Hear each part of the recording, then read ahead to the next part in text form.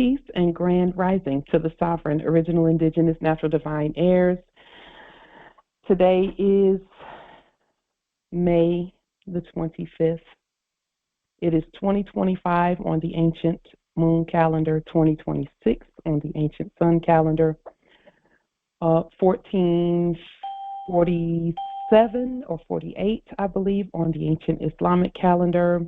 It's 5785 on the ancient Hebrew Israelite calendar. It is 10,066 on the ancient Yoruba calendar, and it's millions and trillions and millions of years on the ancient Moorish calendar. All rise and stand and remain standing into perpetuity and in alignment and according to the ancient Noahide laws as stated by this Holy Congress. This is a sovereign living ancient, Article 3, Moorish American Al-Moroccan Universal Court action. We are the divine sovereign living justices, and Eggleston Pauline Ritchie. My free chosen sovereign appellation is Light Tajiri Bay. All are in capitis diminution nolo in red ink, in propria persona sui juris, in proprio solo, and in proprio heredes. We are capit et corpus juris legalis, which is our statement that we are the lawful and legal natural living head and body for our empire, the one and only. All Moors are the divine, original, indigenous, sovereign, ancient, Al-Moroccan, Moorish American ascendants of the great pharaohs of Kemet and of the ancient Moabites, Canaanites, Shemites, Israelites, Cushites, and Hittites. Our full faith and trust, our allegiance, our honor, our credit, and our energy are hereby vested in ourselves, for we are the people who are the original, indigenous, natural, divine, sovereign, ancient Moroccan Empire. We're the divine and de jure Moorish National Republic federal government. We are ancient Washington District for Columbia. We're the universal Moorish American consulate and the earthwide Article 3 Moorish American Consular Court. We are the law by our sovereign status, which is the original, indigenous, natural, divine, sovereign, ancient Article 3 living United States District for Columbia Court. And we are the sovereign fiduciaries, original creditors, executors, trustors, presentors, fiduciaries, creditors, executors, ministers, possessors, grantors, entitled trustors for all causes for action, and our system is the trustee. We are peace. We are one nation, one state, one empire, and one God. We hereby recognize ourselves, and we accept our own sovereign divine ascension. We do possess in our custody all land, all natural resources, and all commerce. We, the true living God nation, are not at war. We are not at war. We are not at war. We are peace. We are all eternal, ancient, original sovereign rights at this time, and at all times, nunc pro tunc. And at this time, we will share our screen so that we can commune together in unity as always. And unity does not necessarily mean that we do not disagree. It just means that we do so honoring each other in the process. Islam. So we will start this Congress with a question. How do you birth the nation with no apparent model to look at or to study along the way? How do you birth the nation with no apparent operator's manual or owner's manual to look at or to study along the way? How is that done? Islam. Does anyone have any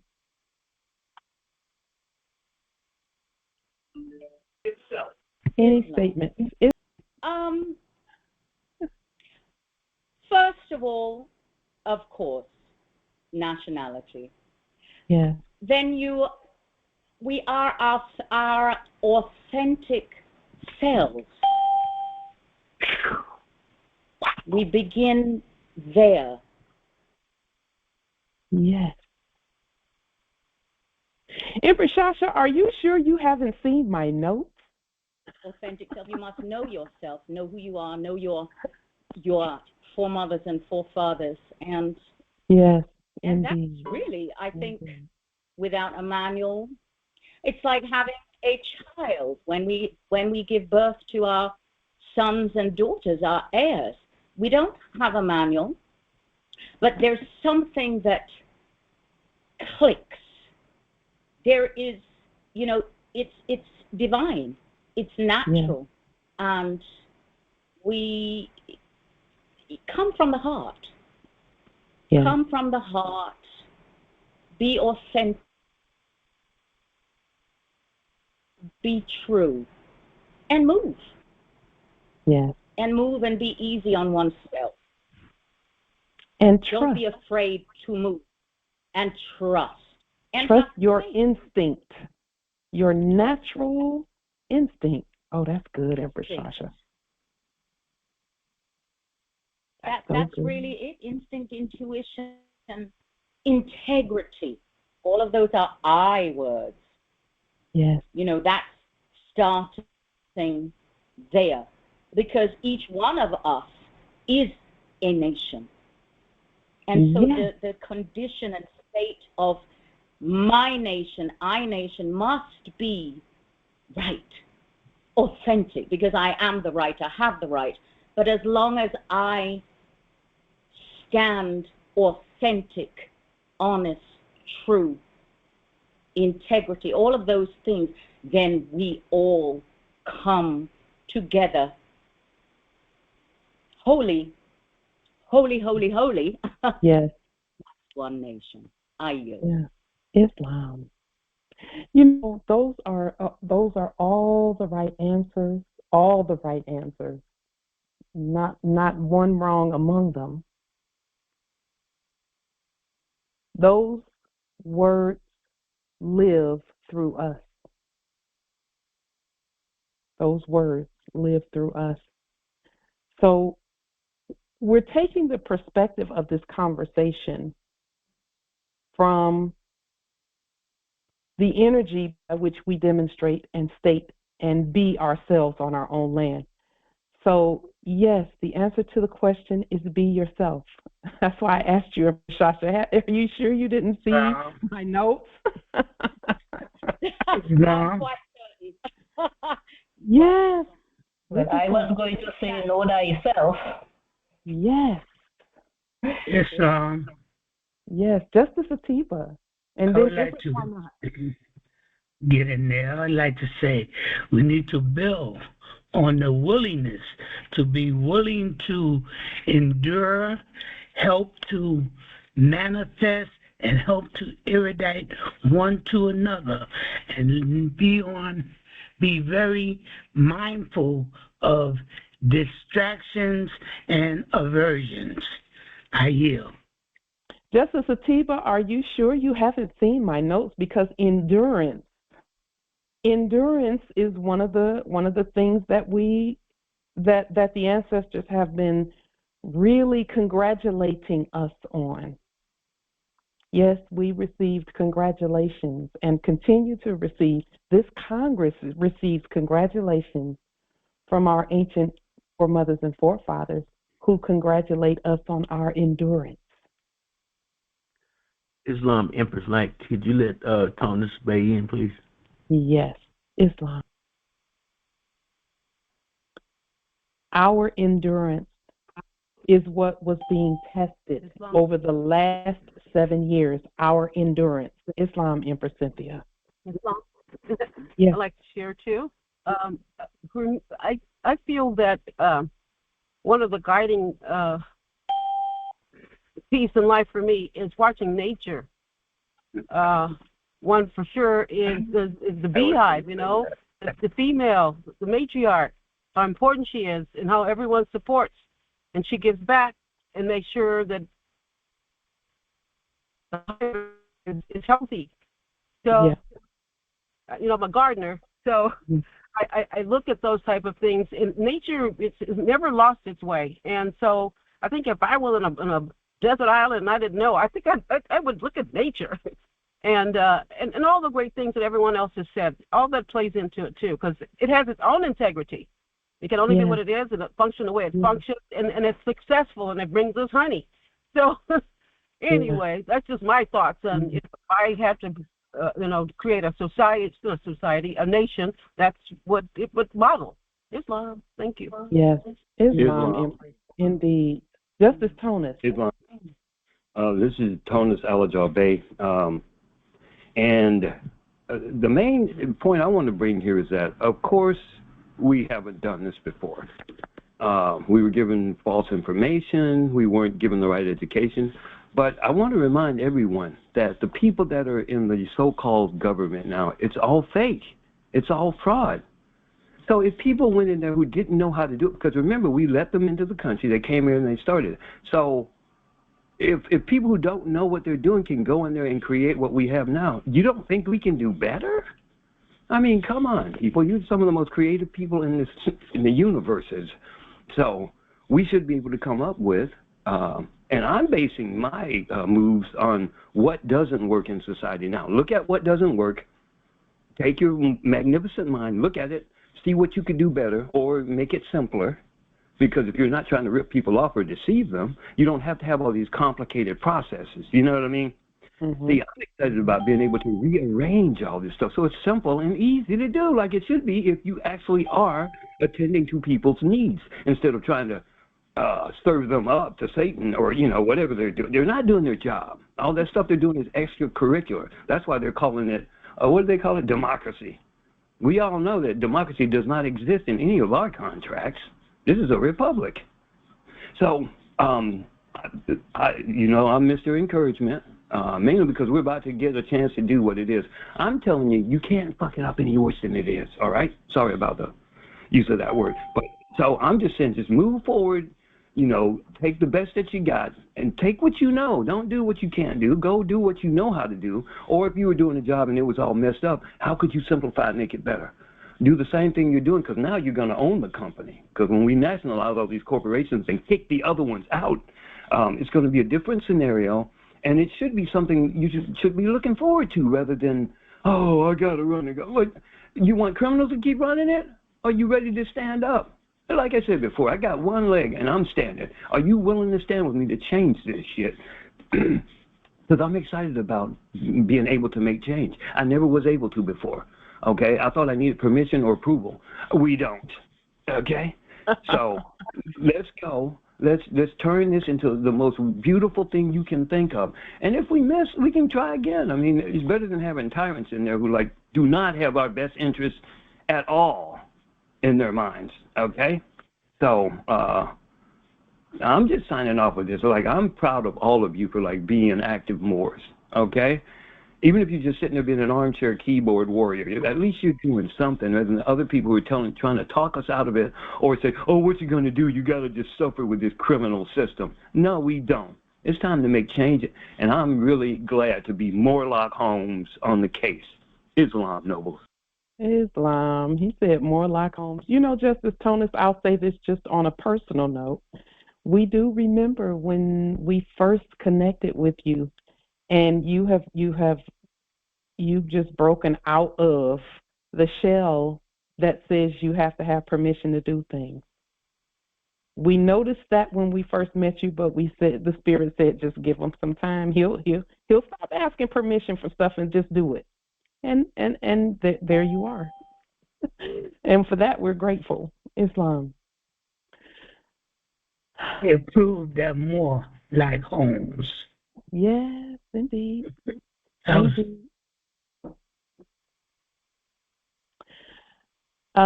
Chief Justice Imani says we have a spiritual compass to guide us. Yes.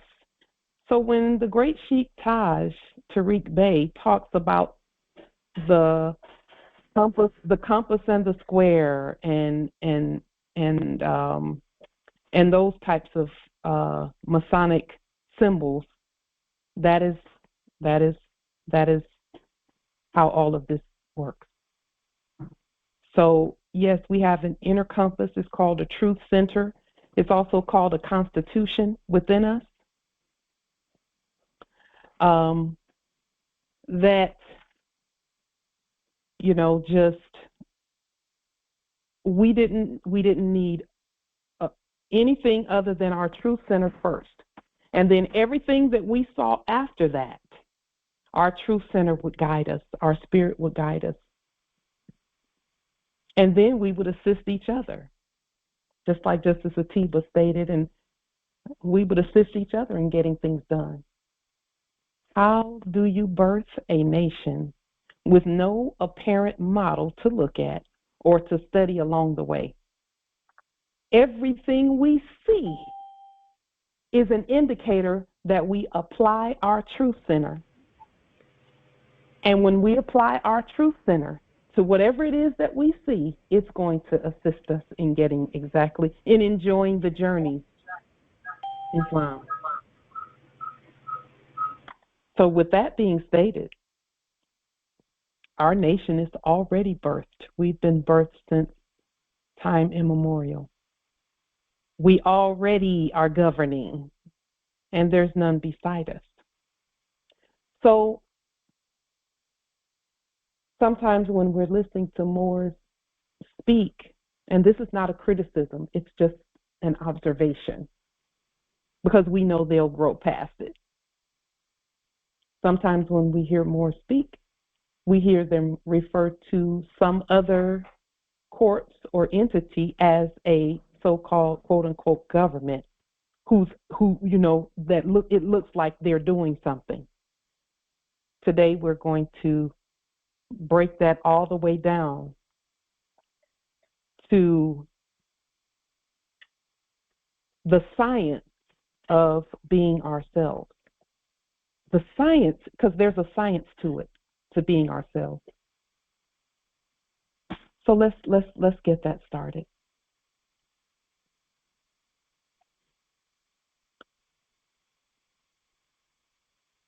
The one thing that we did in the enactment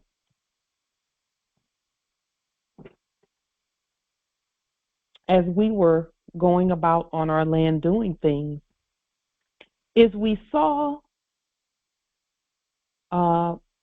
foreigners here.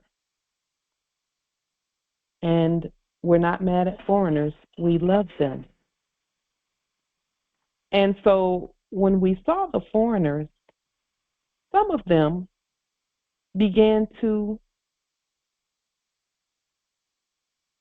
behave or act in a manner that said that they had some authority over us because they had a capitalized, all caps, supposed title. And of course, we call them impostors. Impostors. And so as these imposters and actors began to speak, they weren't even talking to us. That's the thing. They were talking to each other. They were actors acting in a play. That's why war is called theater, because it's an act. They were actors acting in a play, and whenever we saw them acting in this play, even out on the street corners and at the different places, the marketplace and all of that, as we saw them acting, they would turn and say something in our direction, and we would respond or reply to that. And then there we go. We've involved ourselves in the theater, in the fakeness. What is the root word? And see that, listen, that is when someone has passed imposter syndrome on to you. And now, even though you knew you were the government, you knew you were the law, you knew this was your land and no one had any authority over you, but because some actors started speaking and you started replying to that, you started thinking that they were the government and that you were a subject or a citizen on the land. Islam, Empress. Real quick. I don't know why there's a Echo. Can you hear me? Yes, we can hear you, Empress. Okay, there's no echo. When you say that, what came to mind is all the world is a stage. And wow. It keeps going back to Shakespeare and actors, and, you know, it's hidden in plain sight. They just keep putting it in front of us, and they keep telling us, but then we keep going back, and we keep looking at the idiot box and those around us and those that, you know, keep chattering the, you know, casting those spells, and we're like, oh, okay, and then we go back to sleep. There you go. Islam. And back to sleep just means we start acting like their act is real.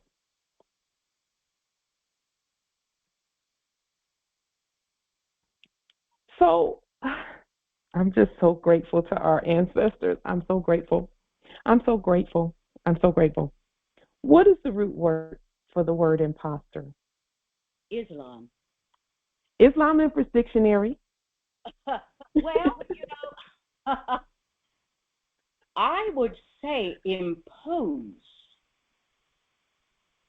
To impose. So generally, a root word only has one syllable, generally. Okay, then we would say post. Yes. Islam, I was going to say the same thing. That was the first one, and then but to impose is to lay claim to, but post. Ooh. Yes. Because an imposter is laying claim to what is rightfully yours, to you, Come on. to your. So. Come on. There. But post, that was the first one that did jump out at me. Post. That's it. That's it. Post. That's the root word. When I'm babbling, but yeah. And that's the one that jumped out straight as a post. And post. I mean, yeah. Now think about what people do on social media. They post. But here's the thing too. When they post something that does not match the narrative of the place that they are at, they get booted off or put in quote unquote jail. Yes. Facebook jail. YouTube jail. Mm-hmm. Yes. We got to think about that. It's all about where are you and who are you where you're at. Who are you where you are at? What jurisdiction, what board game, what pieces on the board game? Is it your board game or is it somebody else's? Is that accepted narrative or is it not? Whose story is it? Who gets to dictate that? And who gets right? And that is whomever is the author of something, is the one who has the authority. Yes. Whew. Powerful. That's a powerful word, sister. That's a powerful word right there. Right there. That's powerful. So when you're talking about things like, let's say, money, a treasury, money,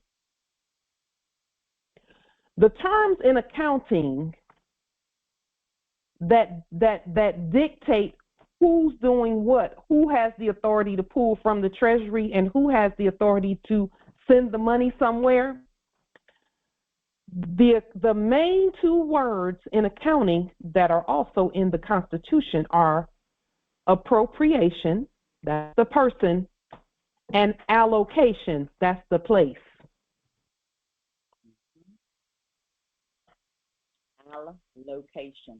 Allocation, location, locus, locale. Opening the locality. I mean, it's all about place. It's jurisdiction. So powerful, so powerful. And if you look at allocation, you have God on before you have location. Yes. Allah. Allocation. Yes. Yes. And appropriation, app is the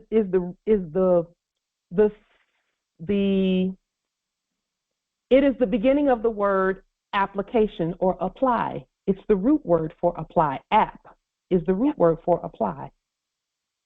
Another computer. Applying your person, okay? Apply your person, your propria. Your appropriation. That's why we have the 40-something documents before you start moving money around, is because you got to know where you are and who you are before you can start moving money around. You have to know that. Now, this is to prepare you for what is to come shortly. It's really already happening. We're already doing it.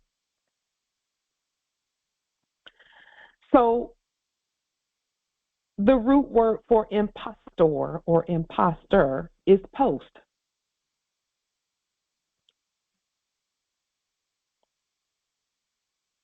What is a post, or who is a post? Because there's a noun and there's a verb tense to the word. Now we're talking about, we're breaking down imposters, and this information is going to assist you when fear tries to come upon you when you're demonstrating. This is going to help you so that no one can cast a spell and you get fearful and not be yourself. We did the demonstration just this week. Our ancestors know what they're doing. It's all in the language. It's all in the word. So let's continue to break this down, all the way down, so that we can put it back together properly. What is a post, since that's the root word of imposter? That means somebody doing something they ain't got no business doing. Well, a post can be a marker of a position, of a location. Okay, so let's put that there too, location. The marker of a location. And we're spelling in ancient English for those who are not familiar with our national language. So these are not typographical or spelling errors. They are actually corrections to incompetent writing. Islam. So location. It's also a position. You can be posted like it's your position in employment, if that's the correct term in our, but it's where you stand, where you have what you do, and the authority comes with that standing and that post, that place, that location. Powerful. Empress Shatali. Islam. Great rising, Empress. It's great to hear your voice. Thank you. Glad to be here on the call. When you say post, it makes me think about postmaster, and so like imagine that post has something very specific to do with an action, but I'm waiting to see how you guys break it down all the way. But postmaster, very important person who have very important people who are part of that office. Islam. Just throwing that out there. The master for the position, the master for the location, the master for the standing, and the master for what is done. Very powerful. Very powerful. We're going to look at that word. Oh, my. Islam. Islam Empress Nabi. I would say post would also give a position that you govern. Yes. Like a mantle. Oh, that word. Mantle means man god. That's what a mantle is. It's a man god who has a mission. Man god on a mission.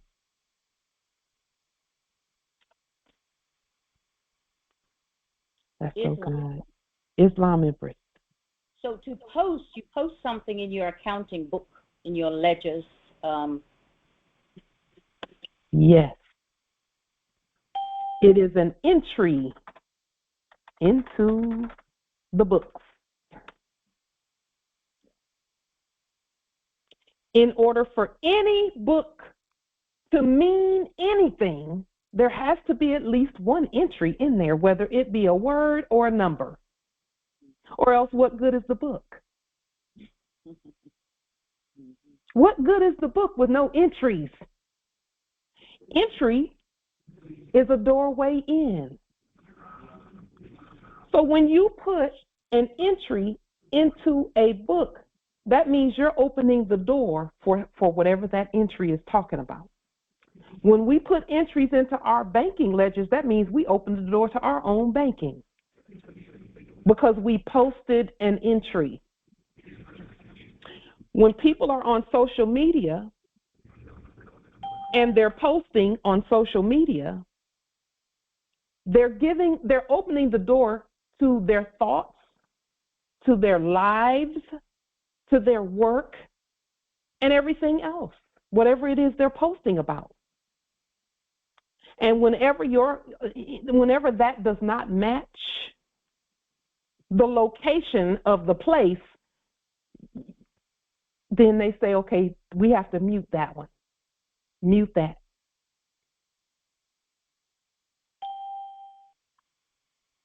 Oh, this is so good.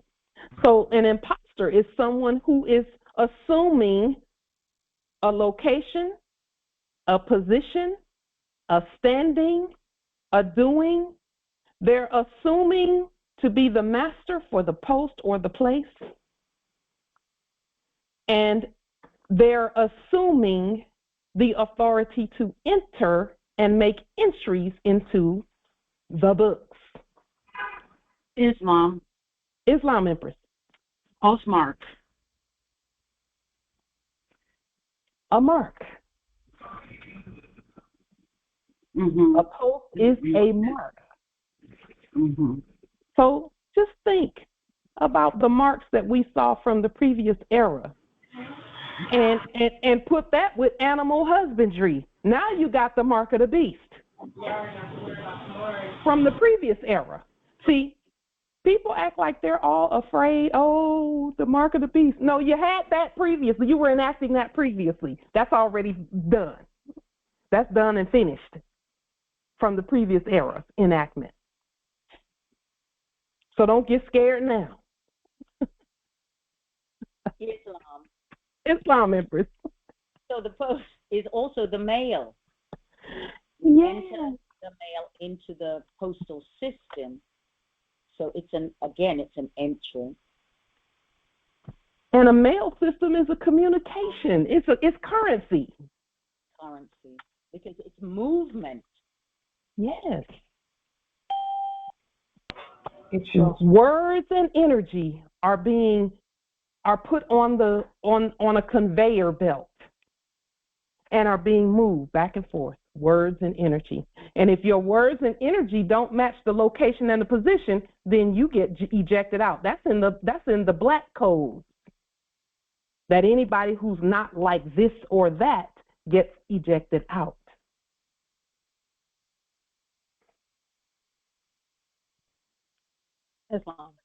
Islam, Empress. Empress Minerva, and then Empress Shamaya. I opened up the Black's Law Dictionary and just reading through the noun, the verb, it's just everything that we have been doing.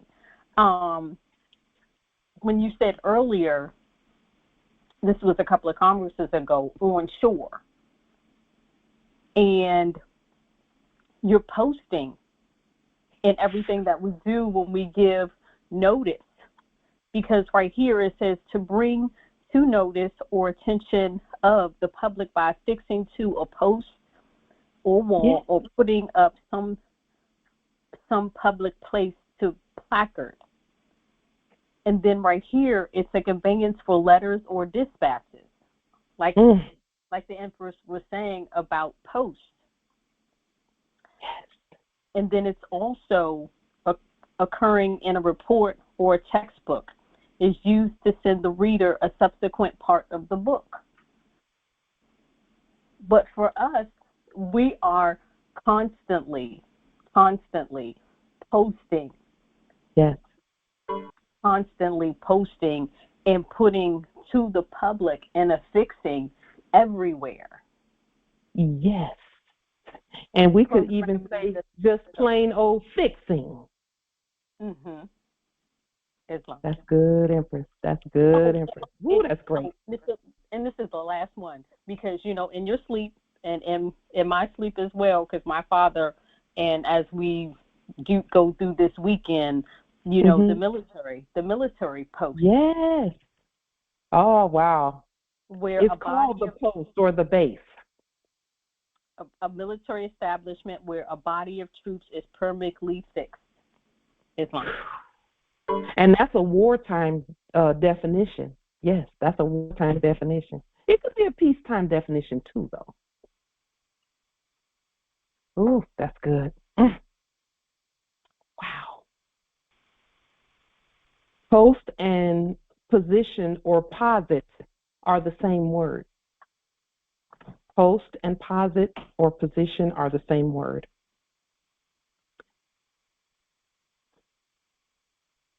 A post is a station, a place, a location, and a starting point for a race. Now, it's other things also, and we'll talk about those in just a moment. But the Holy Quran, the Circle 7 for the Holy Quran for the Moorish Holy Temple for Science, talks about our station. It mentions our in several different places in the Holy Quran for the Moorish Holy Temple for Science. When the Prophet talked about our station in chapter 1,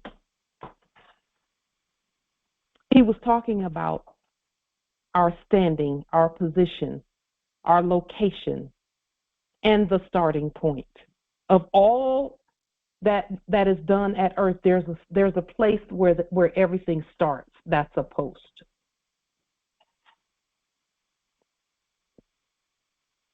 That is why the post office is the only entity that reaches the whole earth, not just the world, but the earth. There's no place on earth that the post office does not go. The post office, not the postal service. Unencumbered. Unencumbered. Post, a place. So when you talk about, here it says a piece of wood or metal, which are natural, those are natural resources, set upright and intended to support a building, a sign, a gate. Gate means government. So anytime you see a gate, that's why some who are standing in retail counters or who greet you at the door are called gatekeepers. That means that at the door, they determine who's coming in and who's not coming in, gatekeepers. And so that is their post. Look at this one, number 2. The doorpost of a shop on which the owner chalked up the debts of his customers, hence a score. A score is just a ledger. It's just a record. And that record can be a debt or a credit. And that's the difference between our post and the enactment of a post by an imposter or an impostor. One is the debt, one is the credit.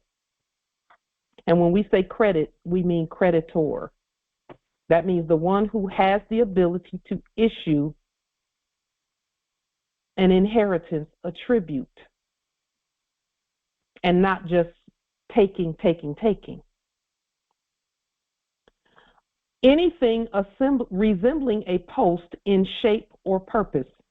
Any place originally, now this is originally, any place originally marked by, not the Buck Act, not where someone comes and changes the spelling and puts it in all capital letters in black ink, and then everybody's supposed to go with that. No, that's not a post. That's why we say that they're not a post office, they're not even a postal service, they're not postmasters, they're actors who were previously acting as postmasters and post office workers or postal service workers. That's why you don't give them titles. That's why they have no title, because they're not original. Any place originally marked by or associated with a post as the starting point of a horse race. And this part here where it says or associated with a post, no, it's not that. Not associated with, it has to be original. Islam, Empress. Before you slide, carry yes. on. Islam, Empress. Post. The post was originally horses, was carried by horses. So it's interesting that it states there the starting place of a horse race, and that used to be, the post was horses placed along the with riders, of course. Yes, indeed. So when we did our national trade launch here, we posted all over our territory where the post, the trading post, is. We spelled it the way we spell. We wrote it the way we write so that everyone would know exactly where we are. So we said that the national trading post is here.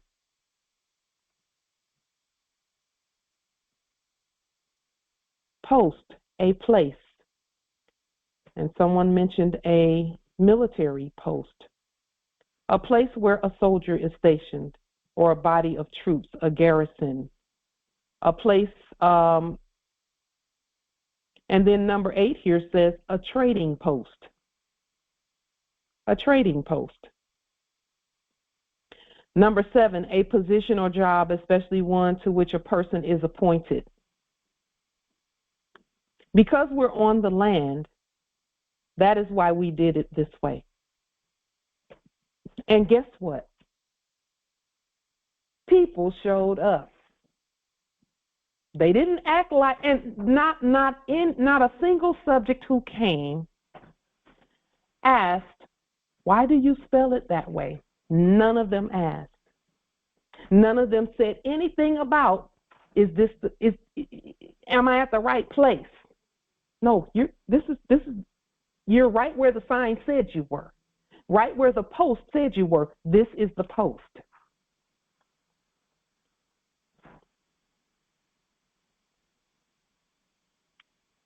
Position. Post. Now, as a noun, it is, and Empress Shasha brought up riding and horses.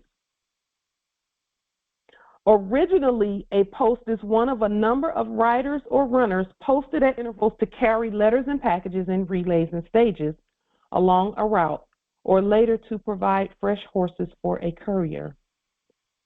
Now, this is where we make it clear that we're the postmasters. See, the postmaster is the one who gets to say where everything and everyone is. That's what this is all about. And an impostor, because that's what we're talking about, an impostor, and we're really not talking about imposters, we're rebutting them. An impostor is one pretending to be a postman. That's not even a man, it's a mankind. It's kind of a man, but not really. The mail, the post office. It doesn't say the postal service. It says the post office.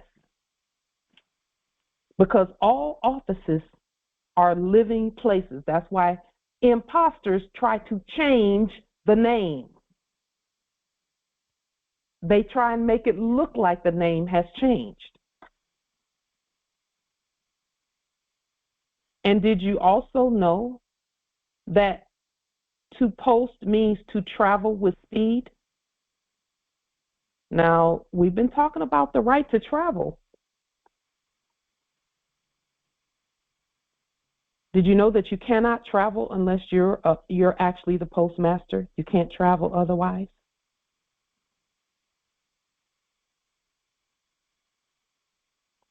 You cannot travel unless you're the postmaster or you have the postmaster's permission to travel, or else you cannot travel at all. That's why they enacted giving passports. There it is. Islam Empress, we affirm that enactment. The word port, they was trying to enact giving authority to go to the next port and you have a pass to do so. That's why the 40-something documents, everyone. That's why. Because, see, all of the words have been studied. They've been studied. Islam, Justice Consul. I'm here in the United Kingdom. So if I'm to travel, say, to you, do I, as me being the postmaster, if the right credential, that means I can travel on this document? Yes. Yes. Islam. Yes. So what he stated, for those who may not have been able to quite hear him, he said that the postmaster document, you can travel on the postmaster document. Yes. So if you all will remember correctly, we showed you our Postmaster General identification. And some were saying, well, what is this for? It's so you can travel at will, unencumbered.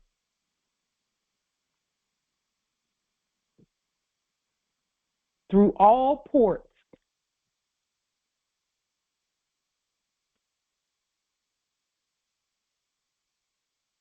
And not be treated as an imposter. See, we're casting the spells that rid us of imposter syndrome. We have to look at the word to know.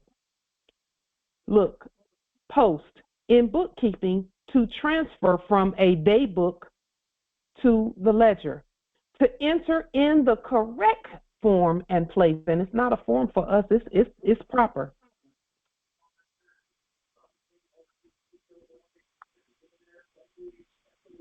To enter all necessary items in a ledger.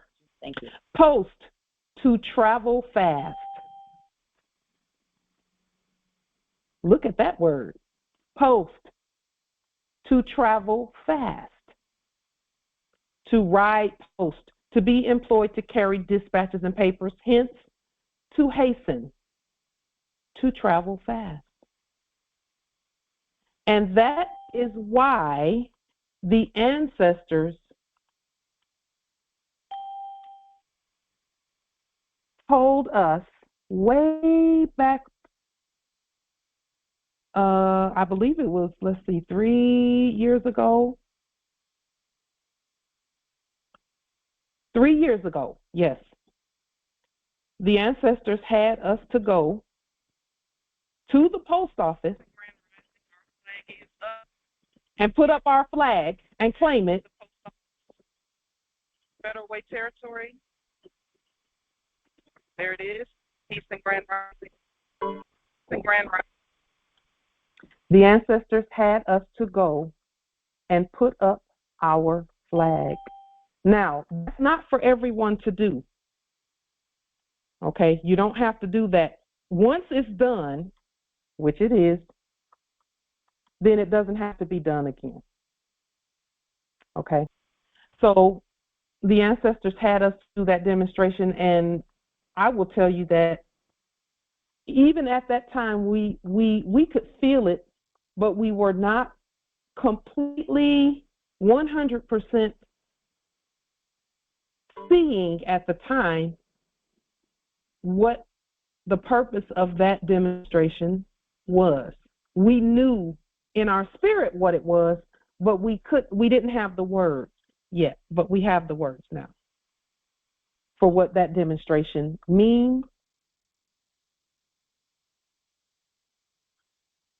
and what it does where we're concerned, Islam. The 40-something documents are so important to have on the public record, because when you put them on the public record, that just means you're posting where you are and who you are. Islam. I need to, as you mentioned, the 40-something documents. Mm-hmm. May I? Now, I have a bit of problem navigating sometimes because we have to modify them to our situations. Sometimes there are numbers there that should be left alone. Sometimes there are numbers that you need to replace. I get a little bit overwhelmed and confused about that. How do we, because I don't think there's any, it's not like a template. It's just like we're taking out your information, putting ours to replace it. In some instances, in most instances. So how do I determine when do I take out a number and replace it with my number, and when do I leave a number? That's a beautiful question. Here's the answer. Take a deep breath whenever you get to a place like that. Take a deep breath, close your eyes, and say, ancestors or spirit, what should I put there? And the spirit will tell you what to put there. And until you hear from the spirit, just sit quietly and let the spirit lead you on what to put there. I find that a bit problematic. I know. I think I'm going to still be hanging, because what I'm saying is, aren't some of the numbers in your jurisdiction, and it is your account, your information. If I should let some of those slip through in mine, then it's like I'm copying you. I'm taking something from you when I should have had my own, and I am not big on what you just mentioned. I like more practical stuff. Of just saying that some numbers are organic, some numbers we have to replace it with ours. So I like a more practical answer than the ancestor thing, because I'm not big on that kind of stuff. Do you know who God is? Yes, I met him in 1986. Yeah. Okay, where did you meet him? Just out of curiosity. At the National Stadium in Jamaica. Okay. Is the God that you met at the stadium everywhere, or just at that stadium?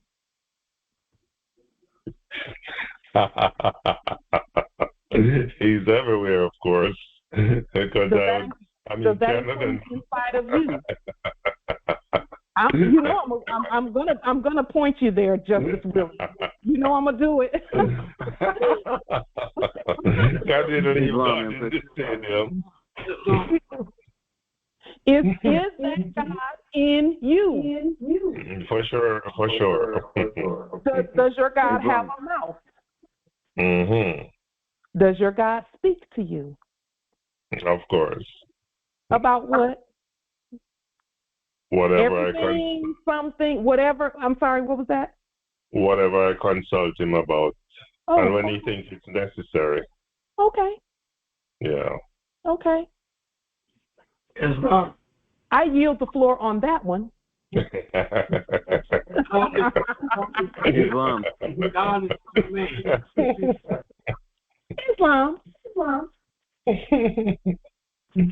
Islam, I'm still hanging. I hope you know. You still leave me hanging. Just a moment, Justice Tonis. Hold on. Let's let the Justice Willie continue to see himself. No, you still leave me hanging out dry. So I gotta get some sun. There's no sun right now in Canada. It's gray weather. But I will look into what you say and maybe do some other consultation within and without. Always within.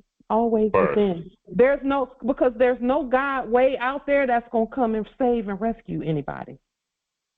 That's why they're out there and not here. We sent them away because they're fake. So now the real gods are within us. We are. And I'll just say this, Justice Willie. In the previous era, people would say God is in them, and God and their God that they said was in them, and hey, their God that they said was in them would be so bold as to have them rolling on the floor, running around a church, and doing all types of physical things. So if you say that God is in you, why can't your God do things physically? Might be using your hands and feet. Will be using your hands and feet, by the way, because no God works without our hands and feet and our minds and our hearts. That's how gods work. How do I know that? Because I am a God also, just like you are. Mm-hmm. So when we say, Justice Willie, to connect with the God in you, that's the perfect time and the perfect place and the perfect way to do it is with the smallest thing that you think is insignificant. Mm-hmm. I even connect, and we stay connected, but I even ask the God within me to assist me with finding a parking space. Mm-hmm. I want one nice and close. I want it to be right here. I want it to do this, the smallest things. Mm-hmm. So that by the time the big things come, I'm confident. Right. I'll leave that right there. So we're talking about an imposter. And Justice Willie, I'm telling you right now, what we're talking about and what you're talking about is the same thing. Mm-hmm. The difference between who's the real God and poster, the one who's posting, and the imposter, mm-hmm. who's pretending to be a God that ain't really a God. Yeah. Because see, if you met someone, and we know you met the real God, if you met someone who was saying they were God, and you said, okay, well, can you do this or can you do that, and they couldn't do anything, then you would know that they lied. Mm-hmm. They lied. They're not a real God. They're an imposter. Because they made an announcement, public announcement, that they're God. But they haven't done a darn thing for anybody. except make the poor poorer. I'll leave that right there. Now, what does an imposter do, or what does a post do? Impost is a verb transitive, which means to classify imported goods in order to assess the proper taxes. Classifying and renaming or restating is the same thing. So when we say restate everything, restate this and restate that, you're classifying it in order to assess the proper taxes. For us, we are not taxed, but only we can say that. Frauds can't say that because they don't collect any money. They don't have any money, so they can't speak about taxes with us. An impost, and the Constitution talks about posting and impost taxes. Who can lay a tax and who can't? That means who can post a tax and who can't. Here, impost as a noun is a tax. It says here, any tax or tribute, and a tribute is the opposite of a tax. That's why we state that we've tributed and we're tributing the goods and the products and the natural resources. We've already begun tributing the natural resources to the people. Salt minerals coming from our land and from our oceans is natural resources that we're tributing to the people because we're the postmasters on our land. See how that works? Well, what does that mean for any imposter? That means we tell the imposter they're an imposter and they don't have the authority to claim a tax. So we cancel it and send it back with holes in it. Sink the ship and send it back canceled. Islam. Islam nobility. Islam, this is Tony Salajar. Can you open for Justice Minister Sharif Bey? Yes, Islam. All right. Thank you. So look here, Morris. Impose, to lay or put on, to place, to now this is the part right here that just made me want to pick the dictionary up and just cause it to levitate. To pass off, to palm off, to foist, especially by deception. Because, see, there's a good imposition and there's a bad imposition. And when I say good and bad, there's a higher imposition and a lower imposition. There's a higher imposition and a lower imposition.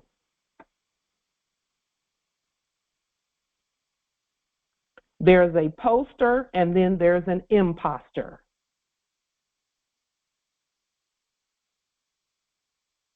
Now, to post also means to deposit because the word POS is still in there.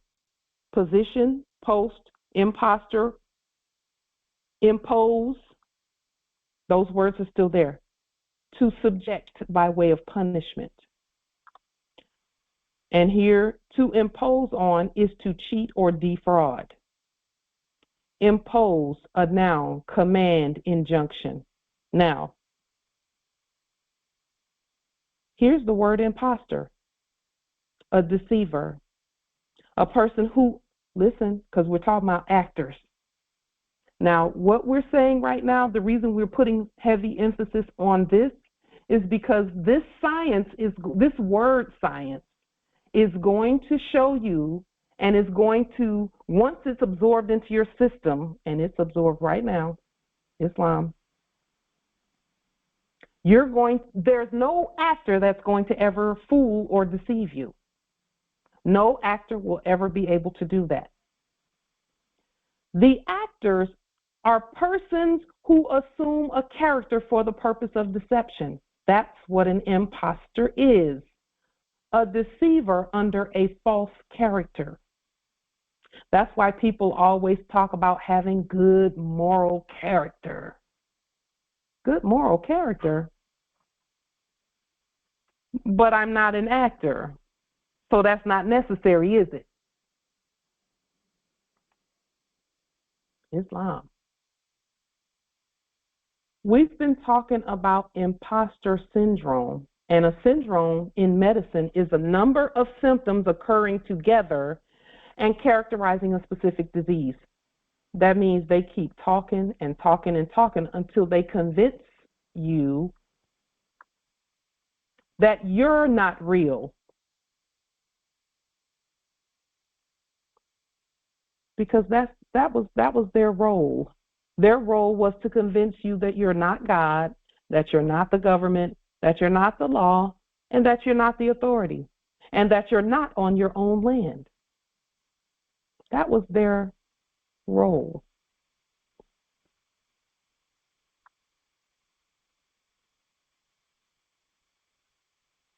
Your job, your responsibility is to remember where you are, remember who you are, and remember that there's none beside you. No such thing as a government. That's not you.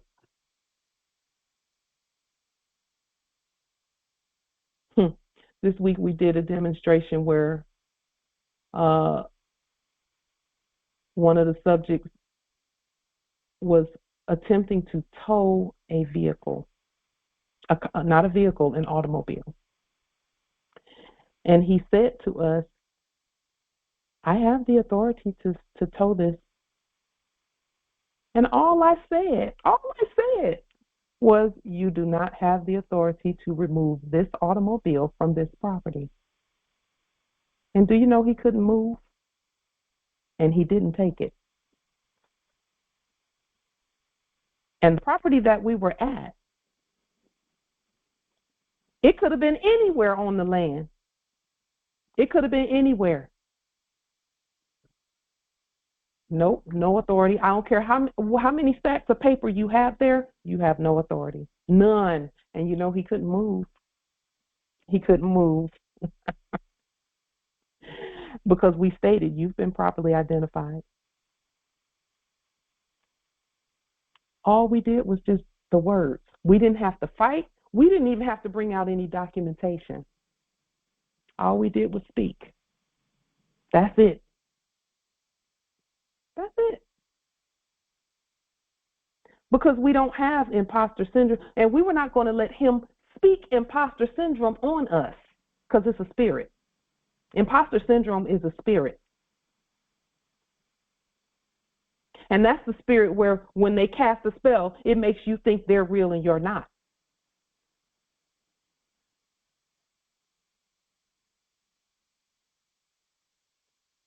Now, how is imposter syndrome enacted?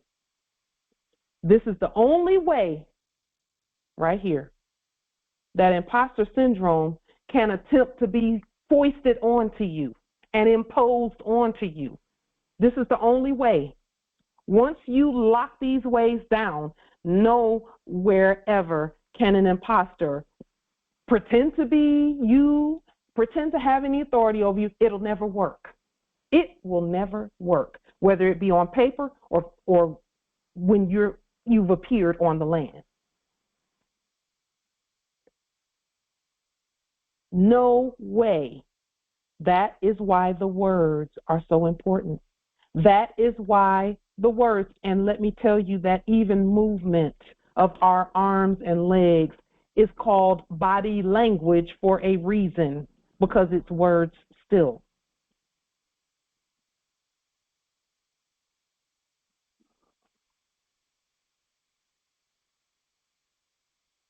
Words, spells, and the difference between a word and a spell is that a spell is several words put together, driven by thoughts, feelings, and emotions. Did you know that the actors define their quote unquote soul as being their thoughts, feelings, and emotions. Which is not a real soul. They say that's their definition, quote unquote, of a soul, of their soul. Is their mind, feelings, and emotions.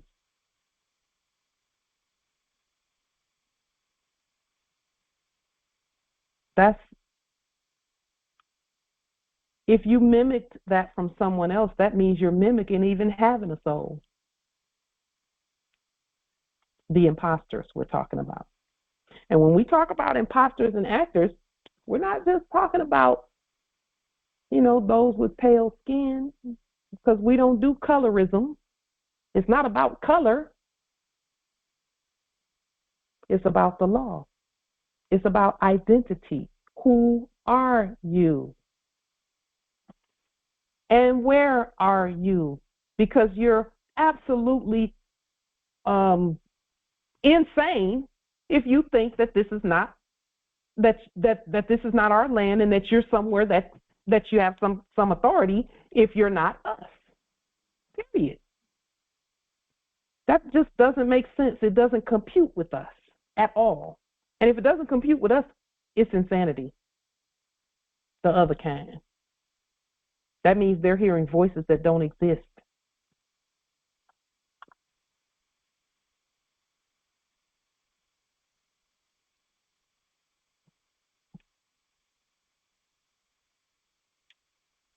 So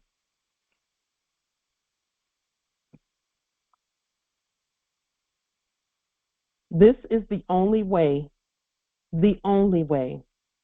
So knowing that this is the only way that anyone can attempt to get past a sovereign, we already know the remedy. Don't listen, and always speak, and write and autograph accordingly.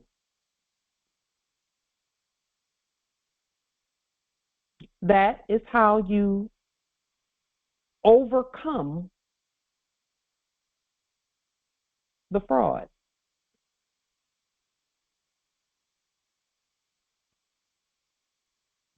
Because if I had, during my demonstration this week, if I had actually listened to what was being enacted, I probably would have thought, oh, they can, yeah, he got a tow truck, so all he got to do is put the, no.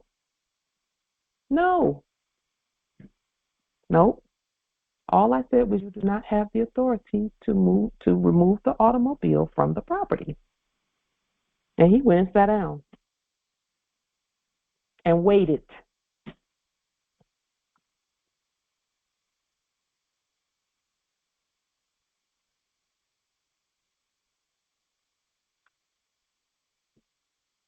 So the key is to not let anyone ever, this is our job, our responsibility, Morris. Know where you are and state that every chance you get. Every time you open your mouth, every time, and it's not every chance you get, every time you open your mouth, you should be knowing who you are and where you are. We put these signs up everywhere, and nobody questioned our authority at all. No one. They didn't question our spelling. No one. No one said, oh, you can't do that, or, oh, didn't you go to school? No one said that. That told me everybody knows.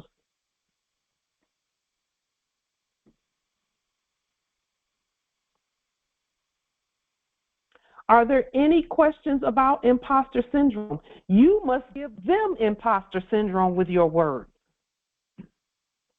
by the way.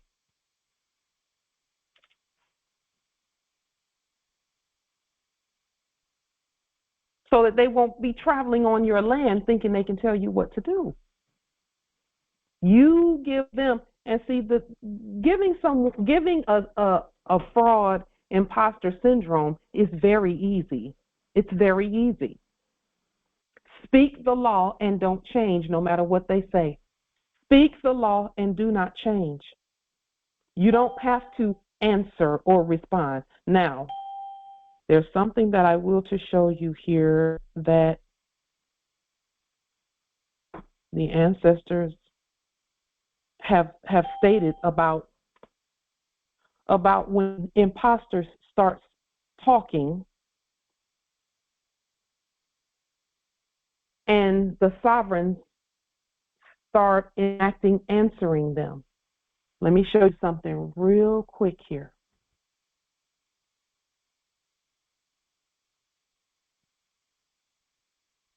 By the way, there's only one symptom of imposter syndrome, and that's fear.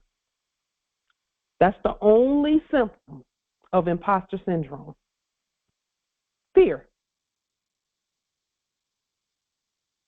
Fear triggered by words, spells, and body language, or body language. We'll just put or. The one who had the truck, as he was saying that he had the authority to take the vehicle, he let the little T thing that they put under the cars, he let it down and he let it touch the ground. And he said, I have the authority to take it. All I said was, you do not have the authority to remove the automobile from the property. Because as you know, at law, once the vehicle is on the land, on the ground, on the land, then the chain of custody is broken for them. They don't have custody of it anymore. I knew that. Some people don't know that, but I know it. I made the statement, and then I went into the building that I was at. I went into the structure and just waited. And they couldn't move. Could not move. Because we were not afraid. Words, spells, body language. Those are the things that trigger fear. Islam, Empress. Islam, nobility. Pardon me. Could you please repeat what you just said a few moments ago?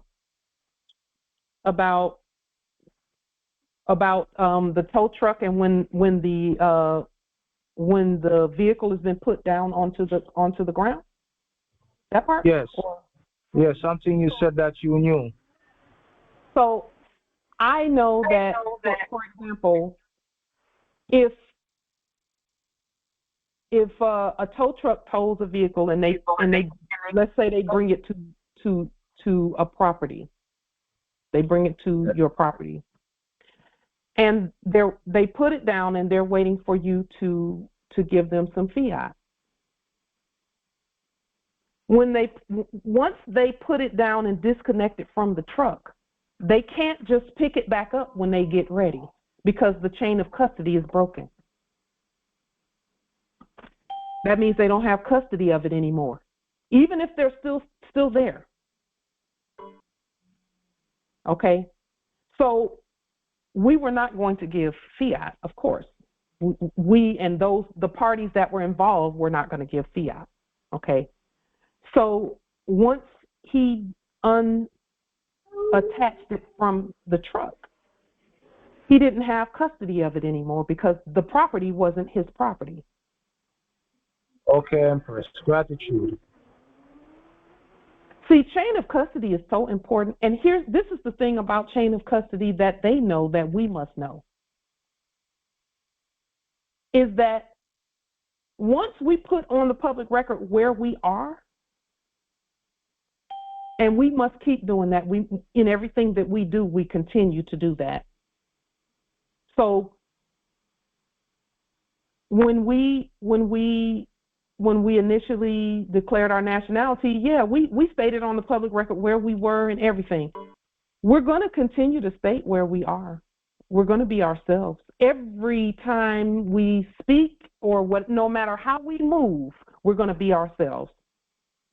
And so on our own land, they didn't have a choice but to do exactly as commanded. With the, no matter who it was, but in that particular situation,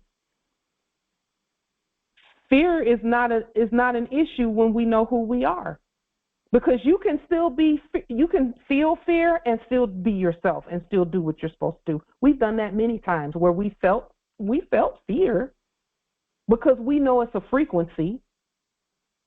That didn't stop us from continuing to speak the truth.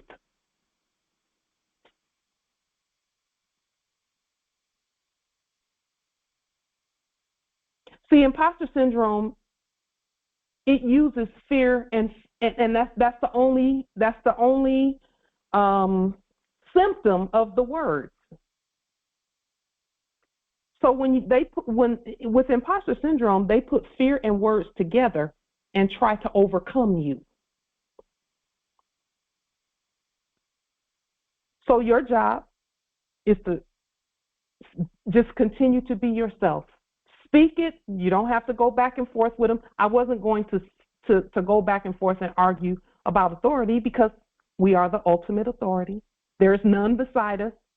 I made the statement, and then I walked into the structure, because I know once I speak the law, they can't move. I knew that. So he had to go sit down somewhere, because we seated him.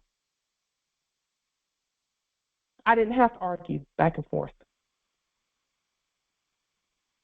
So imposter syndrome tries to use fear that what you say as you are being yourselves will not be believed by those subjects that you are speaking to.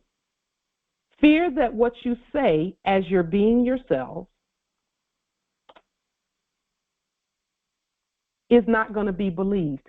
That their job is to make you think that they don't believe you and they don't have to listen to you. It's like a child. That was their job previously. Not now. Not now. Not now. The remedy, know that they already know who you are, because you've already put it on the record. See, they were acting because that is the job they agreed to do until you relieve them of their duties. That's why the word relieve them of their duties. That word relieve is actually RELEAVE. And they were occupying until you do that. Now, Morris, this next statement right here is one that we have to we're very powerful with this statement.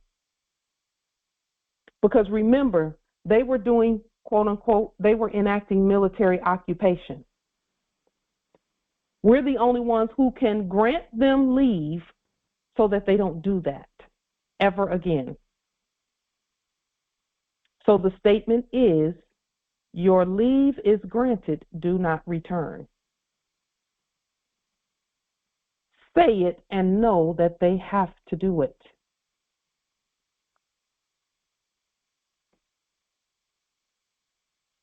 Say it, state it, and know that they have to do it.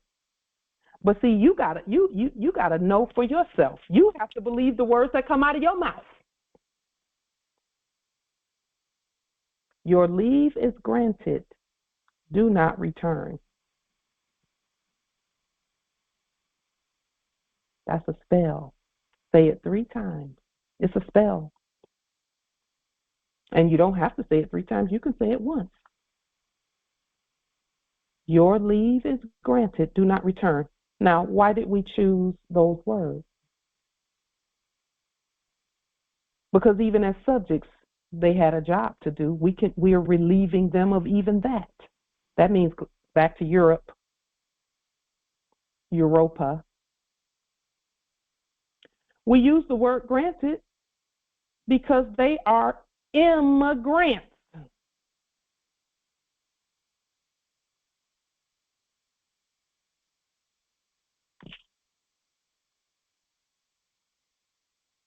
They are immigrants. I'm a grant. That means they are a grant from you. You granted them parole into your system. Grant them leave with the command or the mandamus, do not return. Now, we're saying this, we're making this statement because we've done it before several times. It works. An immigrant is an immigrant is an immigrant. And that's why they're called that, because we're the ones who granted them.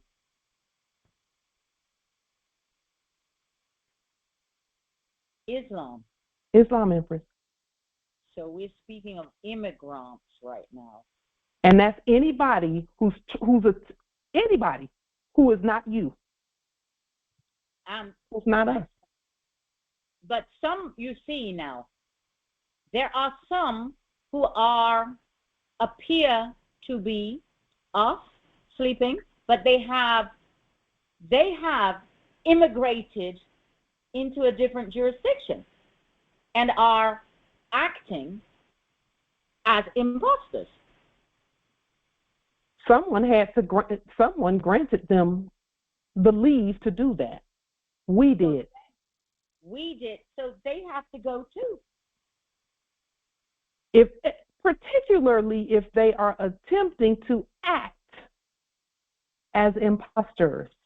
Well, they are They're enacting, acting as actors.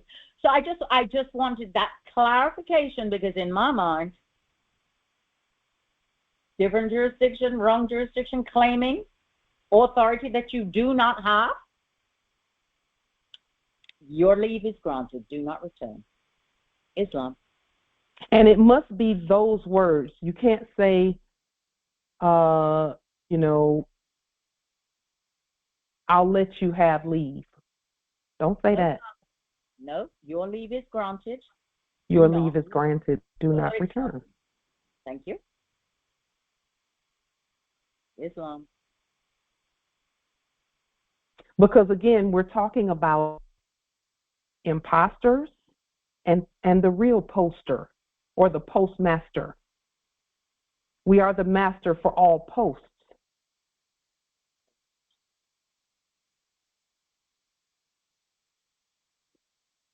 A post is a place.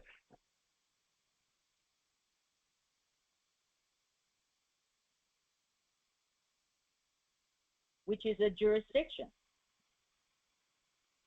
Travel, you must know what jurisdiction you're at when you travel. Exactly. See, the definition of the word post and is to travel quickly. Travel is a jurisdictional issue. That's why the previously enacted Department of Transportation was over all courts. That's why it's called human trafficking. Yes. And we're the ones who authorized the grants to be here. Mm-hmm.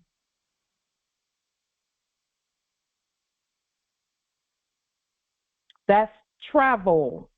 There's a difference between travel and trafficking. Big difference. That's why the United States Travel and Transportation Ministry is so powerful.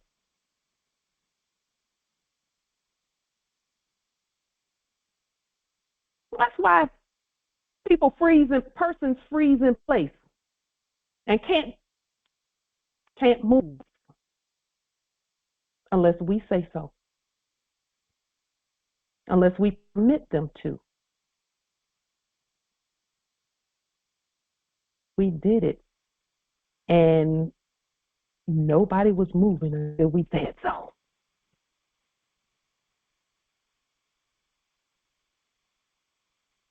It works like a charm. See, this is anybody who claims to be concerned about human trafficking that does not absorb this information in this manner will have to readjust their energy so that they can stop the human trafficking. Because, see, human trafficking, humans, not humankind, humans. And a human is actually 100% God and 100% earth being. See, that's why they call humans a monster. A monster is a mix. And yes, we are mixed. We're 100% God and 100 and human also. We're man also, and man as a species. Man and star. Yes, yes. That's what monster really, for us, it's man star. Yeah. Leave it to Empress Dictionary to straighten it out. Islam. And human, H-U-E, human. Yes. Yeah. That's the man with the hue. Wow. Let's just know who we are and be ourselves. We have that's not optional.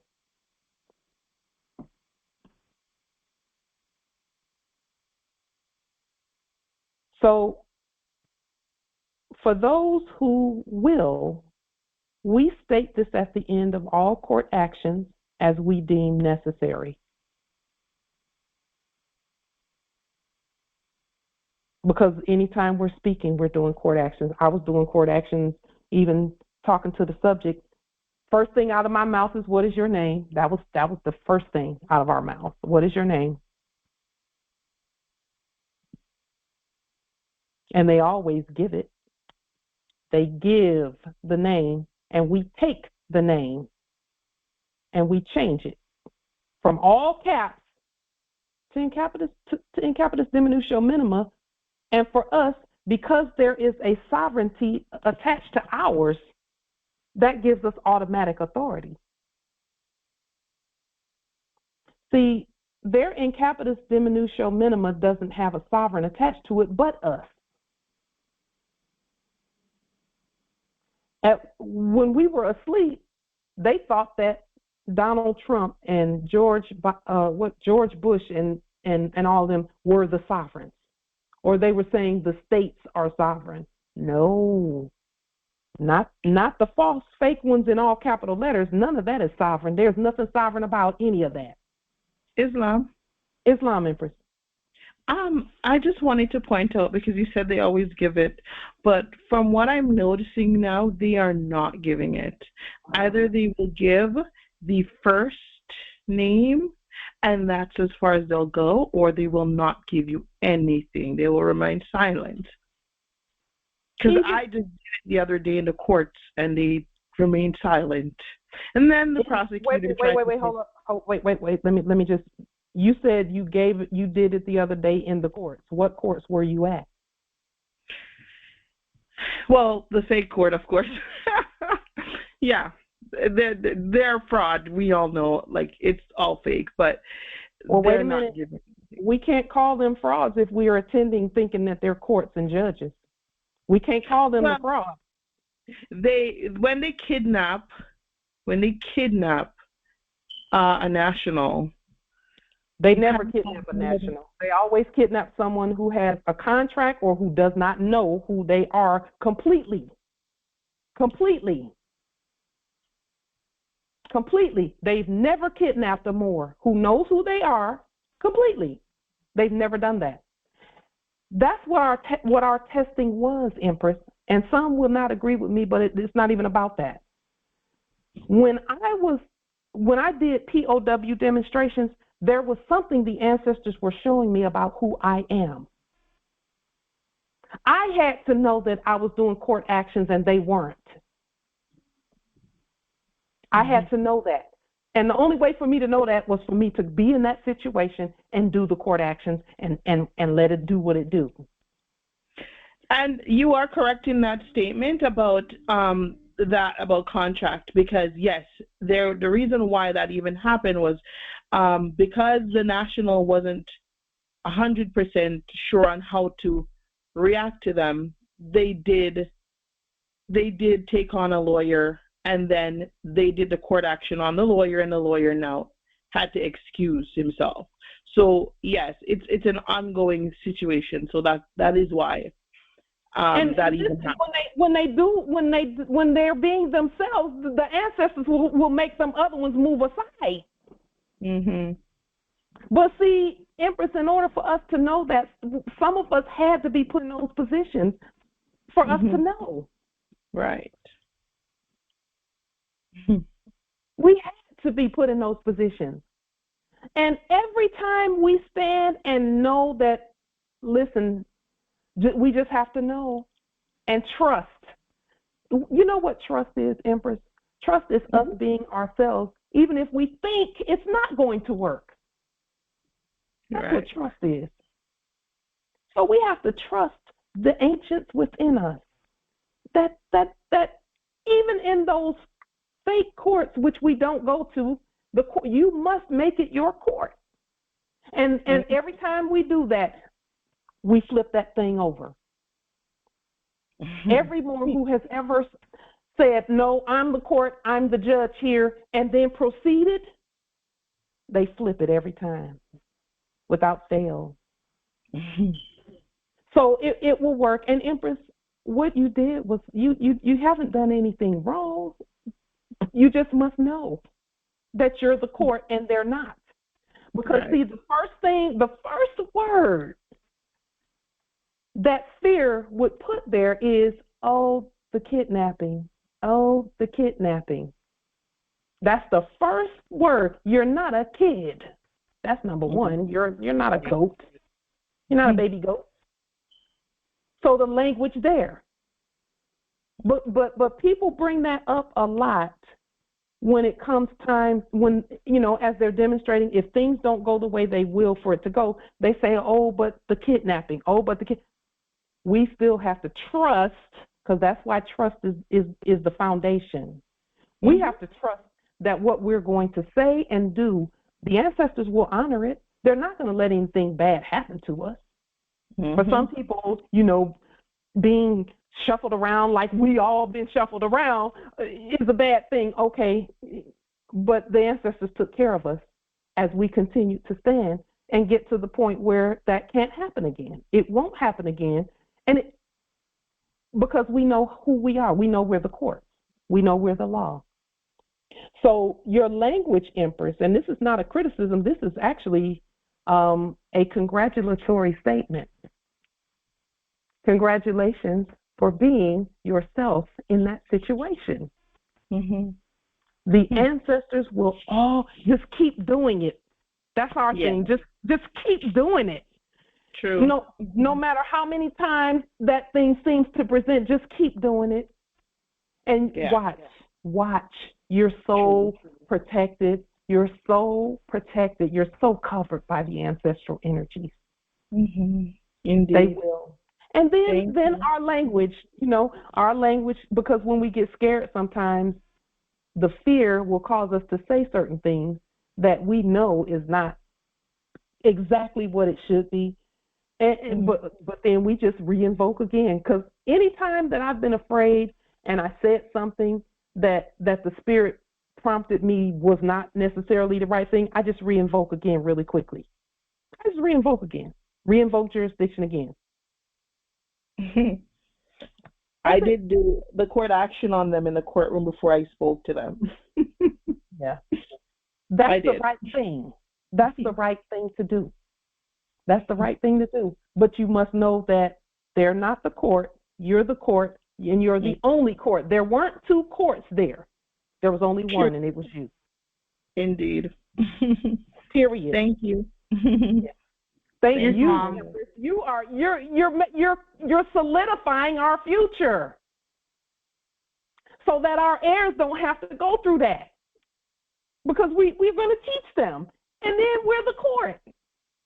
See, once we know that, our heirs don't have to go to a fake court. Islam, Empress Angel. Yes, Islam, Grand Rising. In Sunday school, as we come together in a small group, we were reading chapter 12. We read actually 11, 12, and 13. But chapter 12 talks about getting happiness. And so at verse 13, it says, and Jesus spoke a parable. He said, a certain man possesses a field. The soil was hard and poor. By consistent toil, he scarcely could provide enough food to keep his family from want. One day, a miner who could see beneath the soil in passing on his way saw his poor man and his unfruitful field. He called the weary toiler, and he said, my brother, know you not that just below the surface of your barren field rich treasures lie concealed?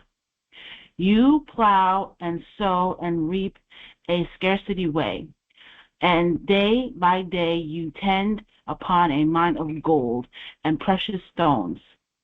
This wealth lies not upon the surface of the ground, but if you will dig away the rocky soil and delve deep into the earth, you will no longer till the soil for naught. The man believed, the miner surely knows, and I will find the treasures hidden in my field. And then he dug away the rocky soil, and deep in the earth he found a mine of gold. And Jesus said, the Son of Man are toiling hard in the deepest plains and burning sands, and rocky soils are doing what their fathers did, not dreaming they could be aught else. Behold, a master comes and tells them of hidden wealth, and underneath the rocky soil of carnal things are treasures that no man can count, that in the heart of the richest gem abound, that he who may open the door and find them all. And then the people said, make known to us the way that we may find the wealth that lies within the heart. And Jesus opened up the way. The toilers saw another side of life, and toil became a joy. Islam.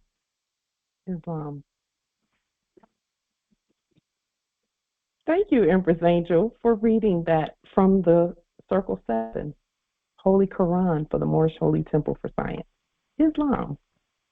Well, I just found it applicable because, we are talking about fear and, and things of that nature and how that's, what they use and such.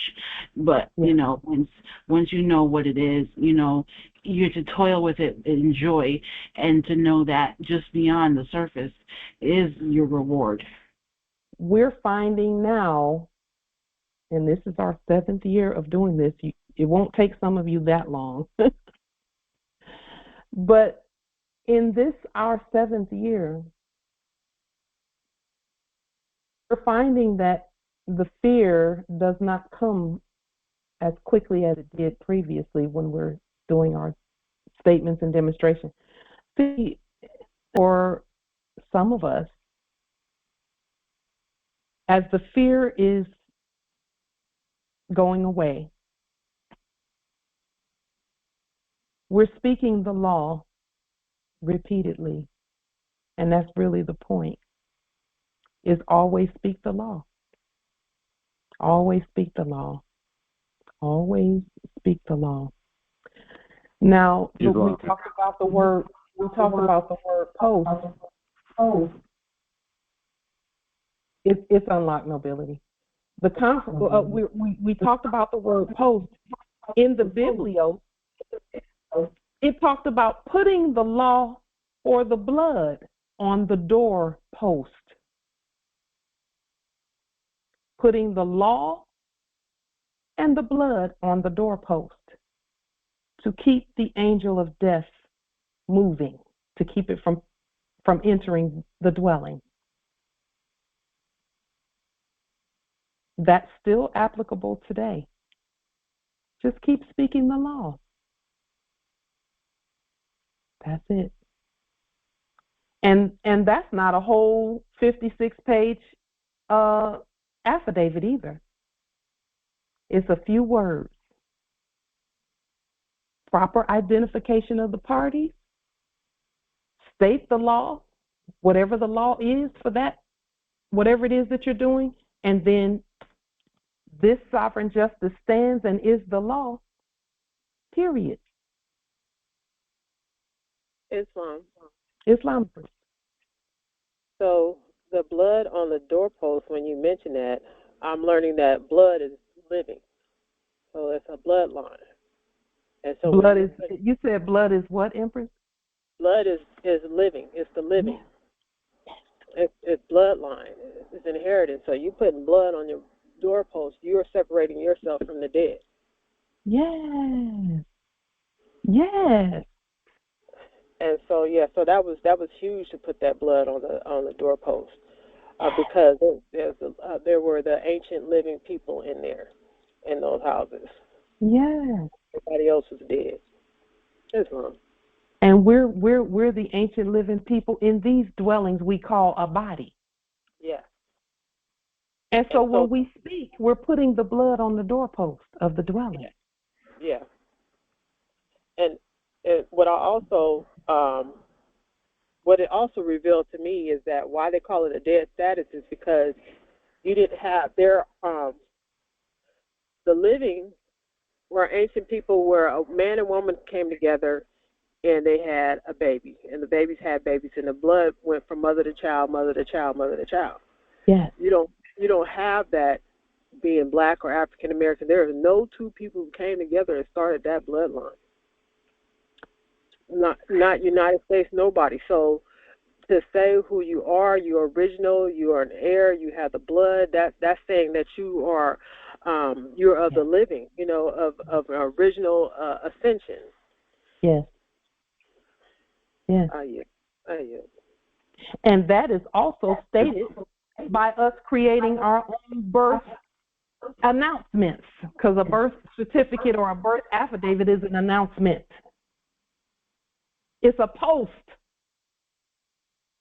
Where was the baby born? On the land. And we do affidavit. We speak by affidavit, so that's how we do things, Islam, Justice Tony?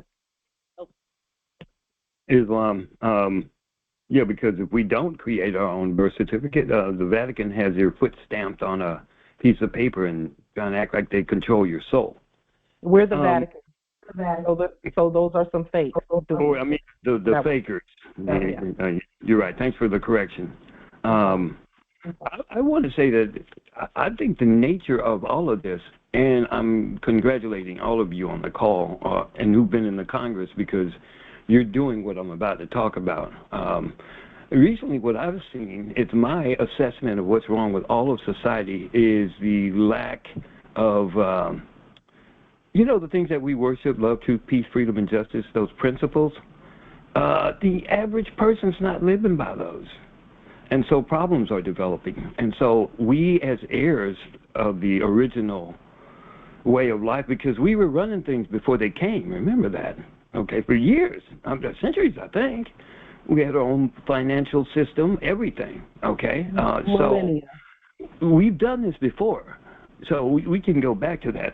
So the reason why I'm bringing this up is because I think as an heir, we have a divine responsibility to make sure that people, may not be able to teach them, but you can demonstrate to them love, truth, peace, freedom, and justice in the way you are. And that way you will stand out, but you'll also be a demonstration of the Creator's love, One of the greatest things I read was about the heirs in Empress Berdiazzi's book, or her, I forget which one, but I wrote down what it was. It says, breathe into lawful existence. The only divine rule of law is to let you know in no uncertain terms that justice will catch you. Return of the Ancient Ones? The Ancient Ones, We are who we say we are. That's the title of the book by Empress Berdiazzi. Right, yes, exactly. The return of the ancients. Let it be known notoriously through all arenas, international, national, federal, like state, local, that we are the divine lawmakers and we are the divine lawgivers. Muslim, noble, mother, Gazatek, and sons, Phileas, we execute the law. So you have a divine responsibility to do that, regardless of what anybody else says. You know you're a Moor. You know you were put here to do this. And so now it's time, because we were complaining about, well, what are we going to do? Well, now you get a chance to do that. And you get a chance to change all of this stuff. Okay, don't listen to the naysayers. Do what you know to be right. And make a promise right now. Put your hand over your heart and make a promise to tell the truth and be yourself no matter what. And everything's going to be fine, I assure you. I thank the Creator for residing in my temple every day. And when I say temple, put your hand up to your head there, right there. You know that little spot there? I thank the Creator for residing there. You know, I invite it there, and what happens is I get to live and demonstrate what we are studying here. And I'm proud and happy that we're getting a chance to do it now, instead of the dread and remorse of people accepting your responsibility. What, y'all scared? You can't do any worse than criminals who came in, okay? We can't do any worse. In fact, I believe in you so much, I think you're going to all. I think things are going to change so fast and so miraculously with so much improvement that, like, it's going to shock every one of you, you know, because I believe in us that much. I've seen it. Okay, you're already working for these fakes, so why not work for ourselves? We don't work for them. We don't work for them. The average person is going to work for a fake. So why not, like, work that hard for us, for ourselves? I mean, that seems like the only thing that makes sense. That's how we'll get out of this, and we don't need to trust anybody or work out with. We got us, okay? And if we stick together and we start executing this stuff, things will change overnight. So I'm really glad that we're on this path, and I thank all of you for, like, sticking to it no matter what, because I know you've been going through a lot. I know I have. But we're about there. We're about to break through. The flower's about to break through the ground, and okay? So look at it that way. And I love all of you, okay? Really, I do. That's why I'm doing this. Like, I think we can make change and make 7 generations of wonderfulness for the children that are to come. So this is my hope, and hope stands for hold on, the pain ends. Islam, noble. In Islam, Justice Tonus, we hope the pain does end for you soon. We're with you no matter what, and we send painless energy. Islam. We send the energy that lets you know that it's already over. It's already done. We send that energy to you. It's a wrap. It's done already. We're not waiting until next week, next month, or next year. It's already done. That's where we are as a nation on the timeline. Islam. And we're going to continue to keep our nation there. We're going to keep our nation right where we really are, where we've been since time immemorial. We're going to keep our nation right there. Islam. We know where we are on the timeline. We're not going to talk ourselves back. We're going to keep going on the timeline where we've always been. We do, though, understand that some are still at different places on the timeline. There are others of us who are at other places on the timeline, and we will stay there. We're going to keep moving forward there. It doesn't mean that we disagree. It just means that's where we are. We recognize where we are. Islam, Empress Shasha? Islam. I just wanted to something popped into my head when you were speaking or stating about the doorposts and the blood on the doorposts. Yeah. They also, you would put a particular document. There's some other things. I actually domiciled in a house that had that on it. But anyway, the thing that came to my mind when you stated that, it was instantly I saw stop. And it's a stop, which is also anagram for post. So a post is also a stop, and it's a stopping point. But if you're an imposter, it's an obstacle. It is you're cut off at the path. You have no path. And so that just popped, with the words, it popped in just like that. That even the words, and when we take up our post, which is our post and has been for millennia, we stop the imposters. We stop the wrong flow. And so it got me excited. I had to just share that because it also speaks to what Noble Tonus was stating, because it's a stop. That post, when we stand in our post, all of that other stuff stops. That's our power. And that's the power that our bloodline has, our blood has, and our post, our authority, everything. I yield. Well, Empress Shasha, thank you for that. His appellation is tone us. Tone. And that's why the words that come from someone whose appellation is tone us are so important. That's why the timeline piece keeps coming up every time we hear Chief Justice tone us speak about his experiences. Those are not necessarily everyone's experience, because we all have different experiences. We're at different places on the timeline, but the tone in the writing style manual, tone is it red, green, blue, or black, or white? The letters. It is also the frequency. It is the pitch.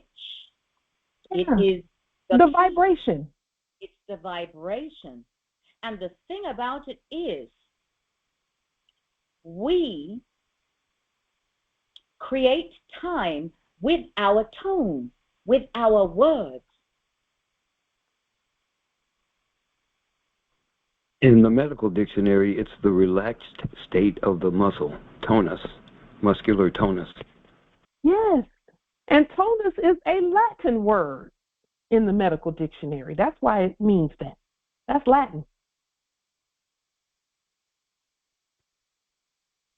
So the words that come out of your mouth are setting the tone for your life. That's why we keep saying what we're saying about the words. Don't claim the pain, claim the victory, and we're not saying ignore how you feel. What we're saying is mind over the matter. Mind over the matter, and let what's in the great mind come out of the mouth. Because from the heart, the mouth speaks. As a man thinketh, so is he. The words matter.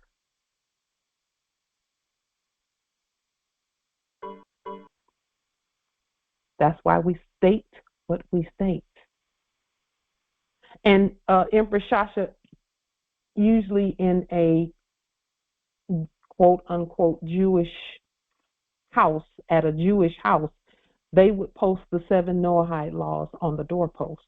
They would write them super, super small in Hebrew, in a little and put them in a little box, and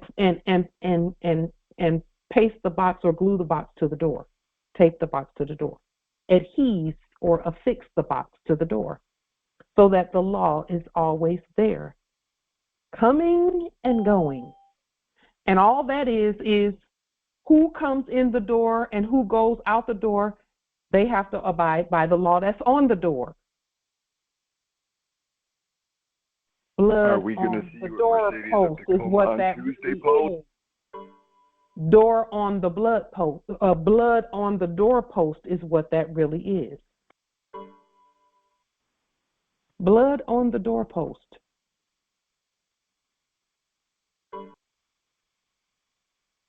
A suggestion for all the sovereigns. Where spells are concerned, never move based on emotions. Always get quiet and think first, then move. That's about body language, spells. Never move based on emotions. Always get quiet and think first, even if that's a millisecond of an action. Then speak or then move.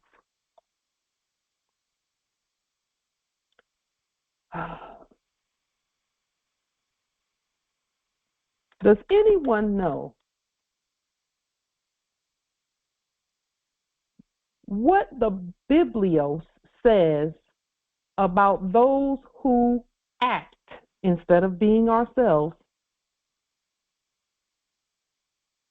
Because we're always going to be ourselves. What do you know what the Biblios calls them? There's a specific name that the Biblios has for actors. Does any Bible scholar know what that name is? What the Bible calls actors? Hypocrites. Woo! Empress, you spoke. Empress, why not? You were actually supposed we were looking to hear from you earlier as well, because after Empress Shasha, I think. Oh. But we're so glad and so grateful that you're here. And yes, hypocrite. Let's prove that. Hypocrisy. A reply. Let's let that marinate for those who want to talk back and reply to fakes. And that's why we don't go to fake courts. We rebut. We rebut. We rebut. A reply. Hypocrisy. Acting a part. Feigning. From hypocrisy. Hypocrisy. To play a part. To pretend. Not intend, but pretend. That means you're tending before not to be yourself. Hypo, under. And this is why we don't do it, because we're not under anything or anyone. Under and creneste, to contend, not intend, but contend, or to dispute. Dispute means to put someplace else. The root word of dispute is put. That's why at the sheriff's office they have a deputy. That's someone to put things, to move things around. To de-put means to not put or to pull someone out. A feigning, to be what one is not. The acting of a false part. Did you know that actors acting is a deception as to real character and feeling, especially in regard to morals and religion? Every time anyone saw any of us in a fake court talking about being afraid, and don't take, none of us take this person because we all been there, talking about being afraid of somebody kidnapping you. When you know who you are, they can't kidnap you because you're not a kid. And a nap is sleep. That's why that term was chosen. Don't be a hypocrite. Be yourself. Hypocrite, one who answers. Hypocrite, one who answers, plays a part, a pretender. There's the word again. Hypocrisy, to answer, to play a part under, one who feigns to be what he is not, especially one who pretends to be pious and virtuous without really being so. And here it is in the Biblios. Job, the 8th chapter, verse 13. And the hypocrite's hope shall perish. And we're seeing that now. Those who insist on acting, now they're taking pills for depression. They're saying things like they're being committed to insane asylums.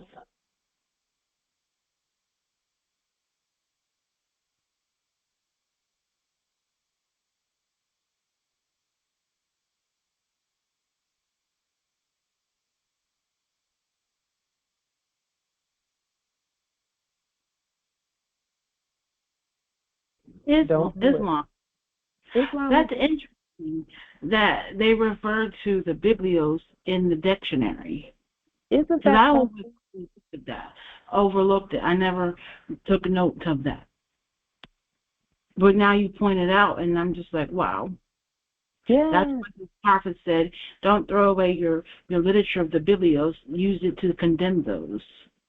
Yes. And see, let me just say this about that verse right there. That when you hear Moors, and we're not criticizing, but we're going to point it out, when you hear Moors say, oh, it just doesn't work, that's what this is. That's what that is. That just means that they're still not absorbing the fact that they're not actors. And they don't have to answer to a fraud. They must rebut the fraud, though. See, the fear of kidnapping goes away when you rebut the fraud. Write the vision, make it plain, so that he that reads it may run with it. You'll send them running in the opposite direction of you when you write the vision. Write what it is and send it and know. Write the law. See, that's how you enforce the law. You write it, you autograph it, you sign it. It's a court action, always a court action, and you send it.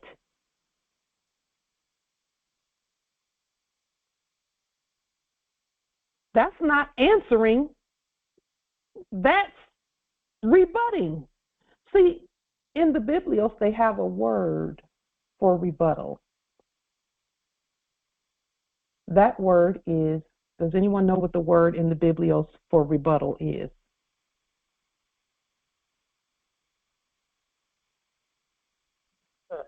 A rebuke? Yes. Okay. That's it. Rebuke, Islam. It's a rebuke. Rebuke the devil and he'll flee from you. No, rebut. That's what that is.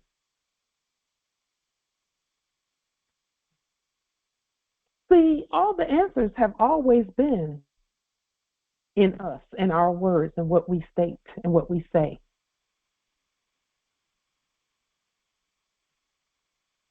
So, Islam. Islam, Empress. Islam, nobility.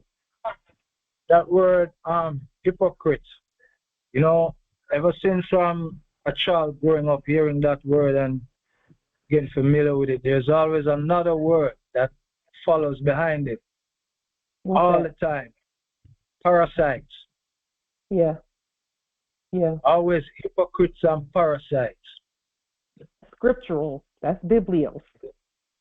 Did Empress. So. Yeah. Yeah.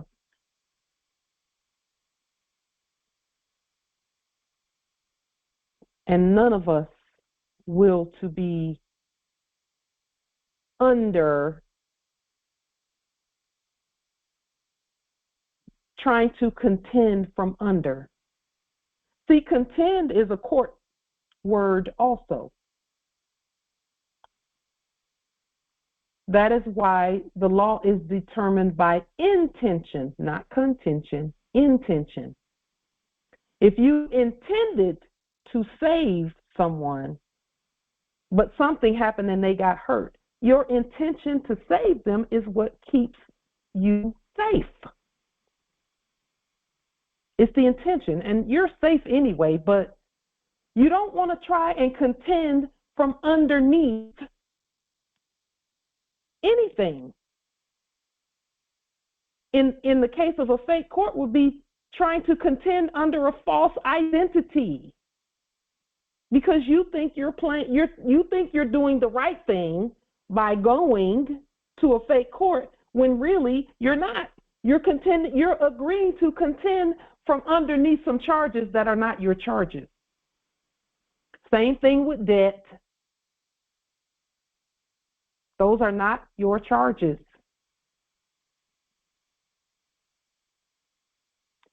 Has anyone ever thought to just say, we're not a part of your theater? And in fact, you are granted leave, do not return.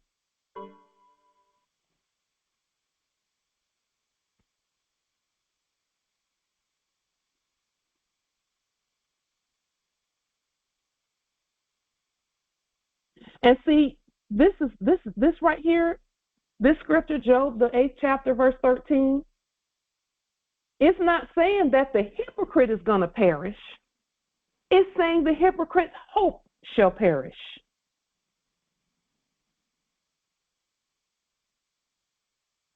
That means living in misery. And there's no reason for you to do that. As I did this study here on actors and acting and pretending, and what does it mean? Why what does that mean? And why don't we use words that they use and things of that nature? Why don't we do that? Because we know why, but we're just getting more depth to our knowledge. And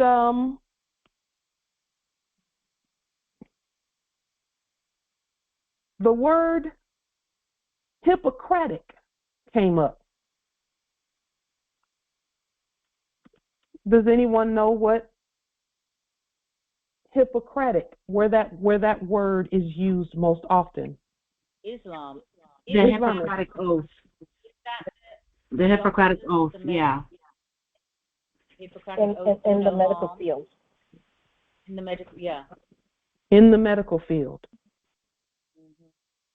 And this just expanded my turban. Huh? Islam, it's a pledge. The original Hippocratic Oath was a pledge unto death if they did not do right for the people, because they took their obligation, as it were, that serious, and if they were to injure a people, they would be answerable by death. Yes. For them, yes.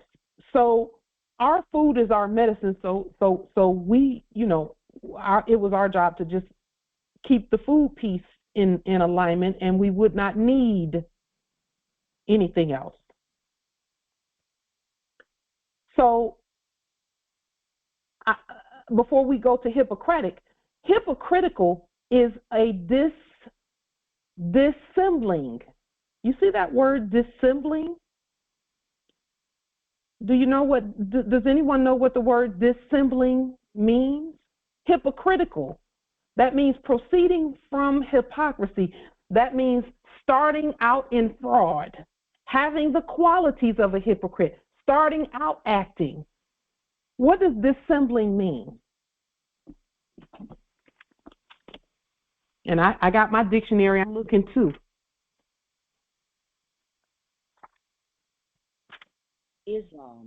Islam, Empress. You see, I'm looking at that word. I'm looking at semblance. Yes. And this to take from a semblance of is not a thing. It's a copy or again, it's a hypocrite. It's a fraud. It's that's what I'm looking at. To dismantle, take apart. To take apart. Just as Tona said, to take apart. But anyway, I yield. Yeah. Empress. That's to disassemble. It's almost like assemble is the missing syllable to disassemble, but it's a semblance, a similarity to take from something similar. But okay. Yes. Similar is the root word for dissembling.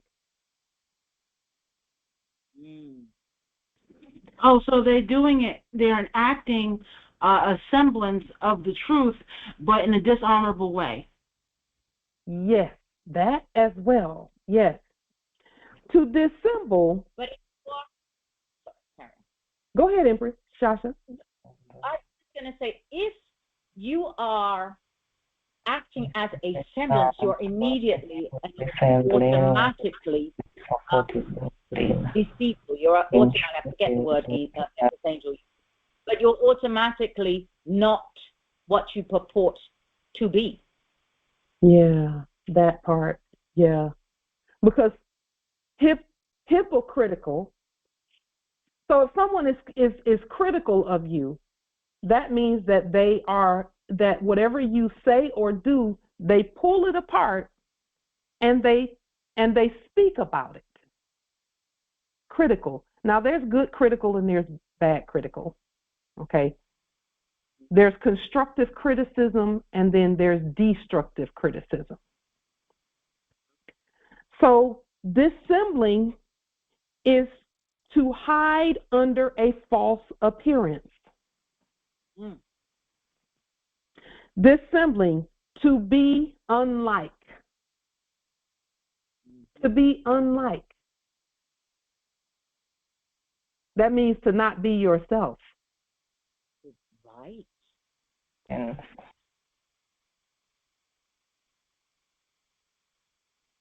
Which, I mean, that's hypocritical, because a hypocrite speaks one thing or acts one thing, speaks the other, or vice versa. They are not who they or what they purport to be. It also means to resemble falsely, to look like something, but that's not who you are. Islam. Which is Islam. Yes. But let's not be hypocritical.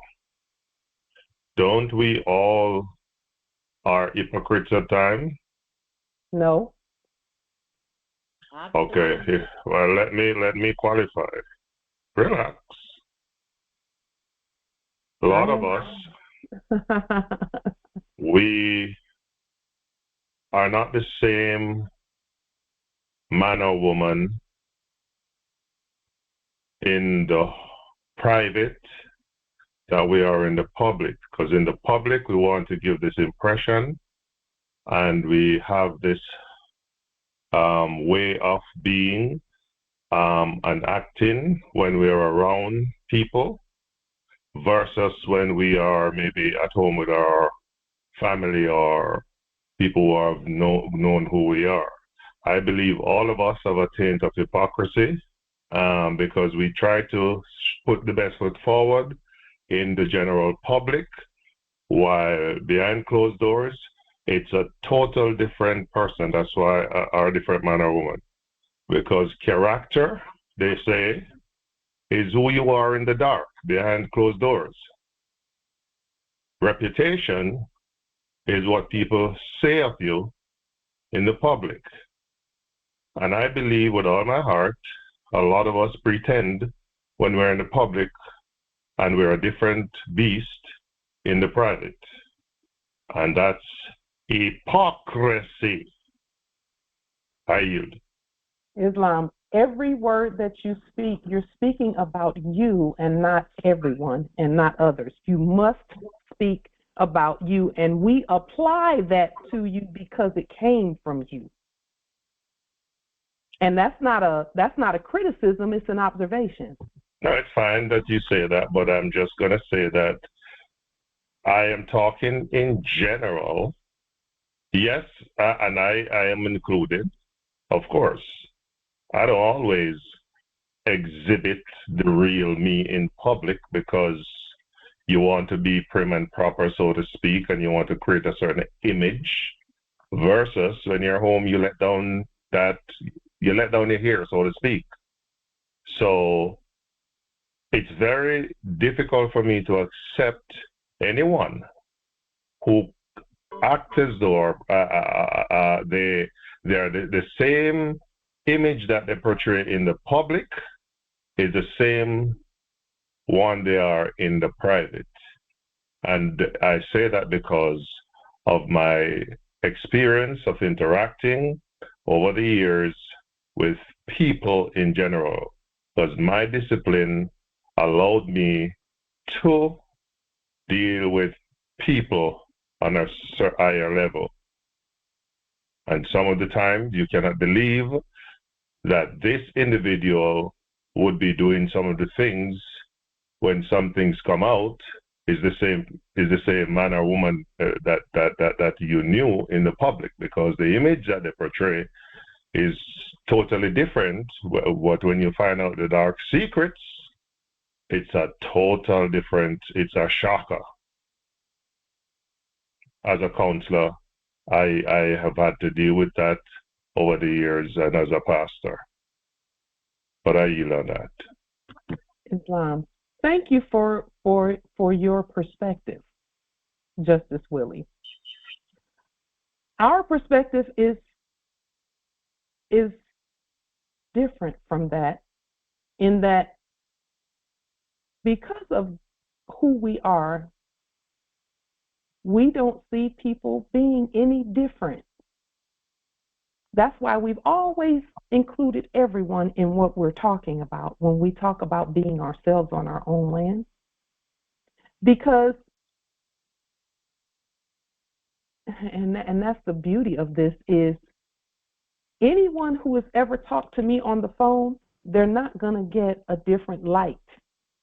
They're not going to get a different light. They're going to get the same one. The same one you're looking at now, that's who they get. Here at home, they get the same light y'all get. And it doesn't even matter what's going on. They get the same law. And that is the difference between the previous era and now, is fortunately for all of us, is we can be who we are all the time. We don't have to be fake. We can be ourselves all the time. That's the beauty. And that's what, hold on just a moment. Let me just finish. That's why we're bringing these things up about hypocrisy and hypocrites and all of that stuff. In the previous era's enactment, that was the act. That was the act. Never. In that era, for most. Now is when I don't have to pretend to be anything or anyone I'm not. I don't have to. I don't have to pretend to have a bunch of money because I already got a bunch of money. I can print it any day. I don't have to pretend to be wealthy. I don't have to pretend to have authority that I don't have, because we have all authority. So there's no need for pretense now. You see? Because everything is already ours. We can be authentic. I like that word, Justice Sasha, because any word that begins with the letters A-U means you can hear.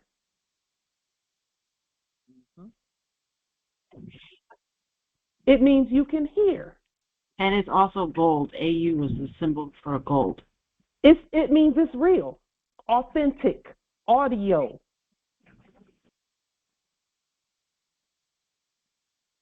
Automobile, auto, autonomous. You see, we don't have to lower our standards to be hypocrites just because we say, oh, everybody's a hypocrite. No, everybody's not a hypocrite. No, not everybody. Just because, let's just say in the previous era, if you hung around a lot of thieves, then you'll think everybody's a thief. In the previous era, if you hung around a lot of liars, then if you hung around 9 liars, you was probably the 10th. But now,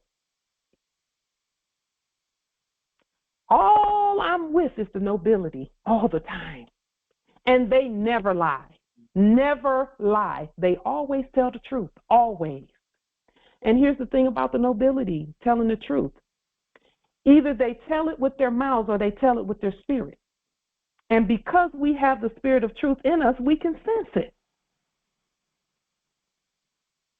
Those are not far off statements. We are who we are. We are the spirit of truth, the spirit for truth.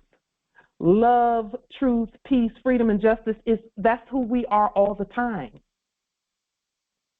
And everything, every word that proceeds out of our mouth, and this is something the ancestors showed us early on. Did you know that even if I said something that at the time may not have been true, because I'm God, it will automatically happen? That means I can't lie. That's why our words are so important. If you say that everybody's a hypocrite, they're going to start being hypocrites around you,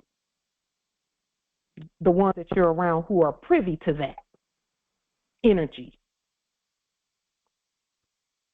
But when we elevate our minds and elevate our mouths and our spirits, knowing that everybody is the nobility that we're around, we know the subjects have to do what we say. We know that they have to obey the law. And guess what? Every one of them is doing just that. The nobility is being noble. That's why I love this Congress so much. Because we've spoken it to each other, our nobility to each other so often that automatically we're just being the nobility. Just being ourselves. So it's the words, and that's my point, the words. We're creating our own worlds right now with our words. We'll be doing that forever. So we suggest, because you can't tell a sovereign what to do, we suggest that your words line up with your vision for your life. If you say everybody's the nobility, they're going to be the nobility all around you. Everyone is going to be in their proper status and place. We must uplift. That's what uplifting of all of fallen humanity, previously fallen humanity, is all about. We use our words to do that. We affirm each other. Where 2 or 3 witnesses are gathered together, every word becomes the law. It's established. Every word is established. That's why we're not going to lay back and say, well, I just think everyone is just a hypocrite at some point. No, sorry, not us. Not us. No, no, no. Are we transitioning? We're rising. Of course we're rising. Of course. What does that look like? That looks like every opportunity that the ancestors present to us, we're being ourselves at the level of our overstanding. There's no hypocrisy in that. No hypocrisy. See, that's what capital letters were all about. Capital letters were saying if you pronounce it as a judge, they can act like one. They can pretend to be one. But they're not really one. It's not real. It's not real. It's not real. They're contending underneath. Yes, Islam, Empress. So I'm so grateful for our Sunday school that we have Sundays. And so chapter 11 of the Holy Circle 7, it's chapter 11, verse 7. Now, man himself is mind, and mind is here to gain perfection by experience. And mind is often manifest by fleshy form, and in the form best suited to its growth. So mind may manifest as worm or bird or beast or man. The time will come when everything of life will be evolved unto the state of perfect man. Yes. Yes. I just sincerely encourage everyone to read the Holy Circle 7 and to find themselves overstanding it and to put it in thine heart so you can better yourselves equipped and to know what exactly is weird to know and do and how we're to overcome. Because as I'm, in the group reading and studying and expressing things as we overstand the interpretation and such, it's very powerful book, Islam. All the holy writings are that as well, Empress. All of them. All the holy writings. All of them. Yes, they are. Our ancestors, there's not a single empty space or void in the writings as we write them, as we restate them. Islam. We agree and affirm, Empress.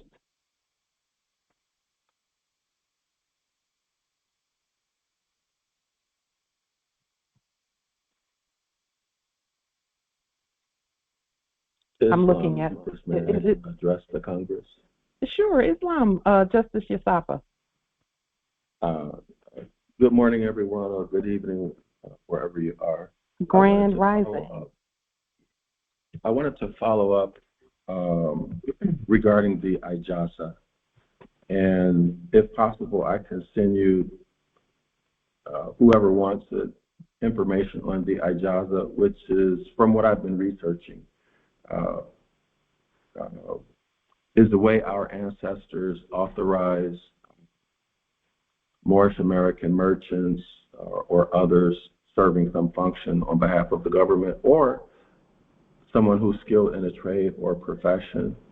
And from what I found out, that this is the source of licenses today and also the passport. But I can provide information on that. What I like for you to consider, Empress and the Congress, is if we could reactivate that aspect of our culture and then have it serve a dual function. So amongst us, it's an ijasa, which documents our training in a trade or profession, which is what our ancestors used, at least through Prophet Muhammad. But it could serve dually as an interface for us when we deal with corporate nation states. So, for example, we don't deal with corporate nation states. Yes. We don't deal with them. Yeah, I know, but for example, as far as But I I understand what you're saying, Ability. Yeah, because we have to have some type of way to interact with them, to engage them, especially to develop our own commerce, especially international commerce. All these nation states require it. And there's really no way around it. For example, I'm in Southeast Asia, or any socialist or communist country, they have no concept about self-governance. That's why we're doing what we're doing, and we're doing it the way that we're doing it. Yeah, so what I wanted to ask is if the Congress could give consideration to restoring our ijaza system, and then also letting it provide a dual function only when we deal with corporate nation states. So let's say if someone is a trucker, right? They're engaged in commerce, that's their profession.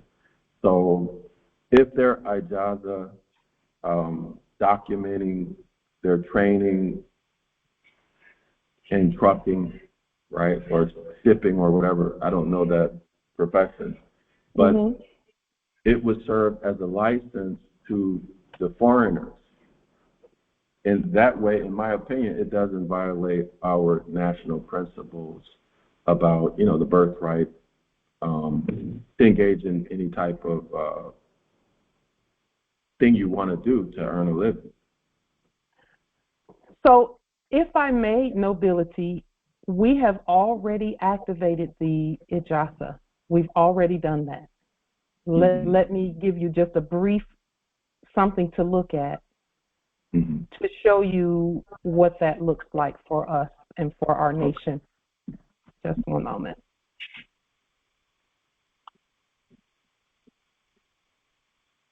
Let me just show you what the ijaza office, the head office for the ijaza is this. And by the way, Nobility, all of us, you included, are the heads for the ijaza office already. Okay? So yes, ma'am. Okay. The way that we activate that is by just going ahead and doing it. Now, the way that we did it here, because you're talking about, like, for example, you're talking about commercial driver's license, ELs for truckers, and those who do commerce for a living. So what we did was we didn't call it ijaza, but we can call it ijaza. We could, because we make our own licenses, we can put that word on the licenses if that is what you feel is necessary. Okay, so let me just show you really quickly, and not to get too far. Islam, what is ijaza? It's just a commercial license. So this is what we did as head of the ijaza office, Nobility. There's a video here where we activated the ijaza office. It says United States Federal Driver License Public Announcement, valid for all 50 states. It's actually valid earthwide. And we created our own United States, not any dead entities. And you can go back and see that it's on the public record as well. We are the living creditor to all of this. So what we would suggest in terms of looking at the process, and Nobility, we're not opposed to you improving the process that we put on the public record. We would welcome that. Okay. I'm going to put in the chat the driver license announcement, because we know that there are Moors who drive for a living. Okay. Commercial driver license and all, no matter what it is. we went ahead and started issuing those because we know that it cannot come from anyone but us. I have used mine, and it's the only one. It's the only one that I have. I don't have any fake driver license or anything of that nature. I have the real one that we created, and I used it to travel on the land. I traveled from Seattle, Washington Territory to Atlanta, Georgia Territory, and back. I've used it. I use it to do what I do. Okay, so it's not this is not anything that we've not already demonstrated. This is the video the link to the video that we're putting in the chat is about a 2 or 3 minute video. It's 2 or 3 minutes, something like that. And it's just where we activated our ability to create licenses and to create certifications and all of that through the United States Travel and Transportation Ministry. Okay? So if you would take a look at that, and then if there are any, and we can show you what our license looks like, our driver license that we use. It is, again, created by us. We use it. We've been using it for years to do the things that we do.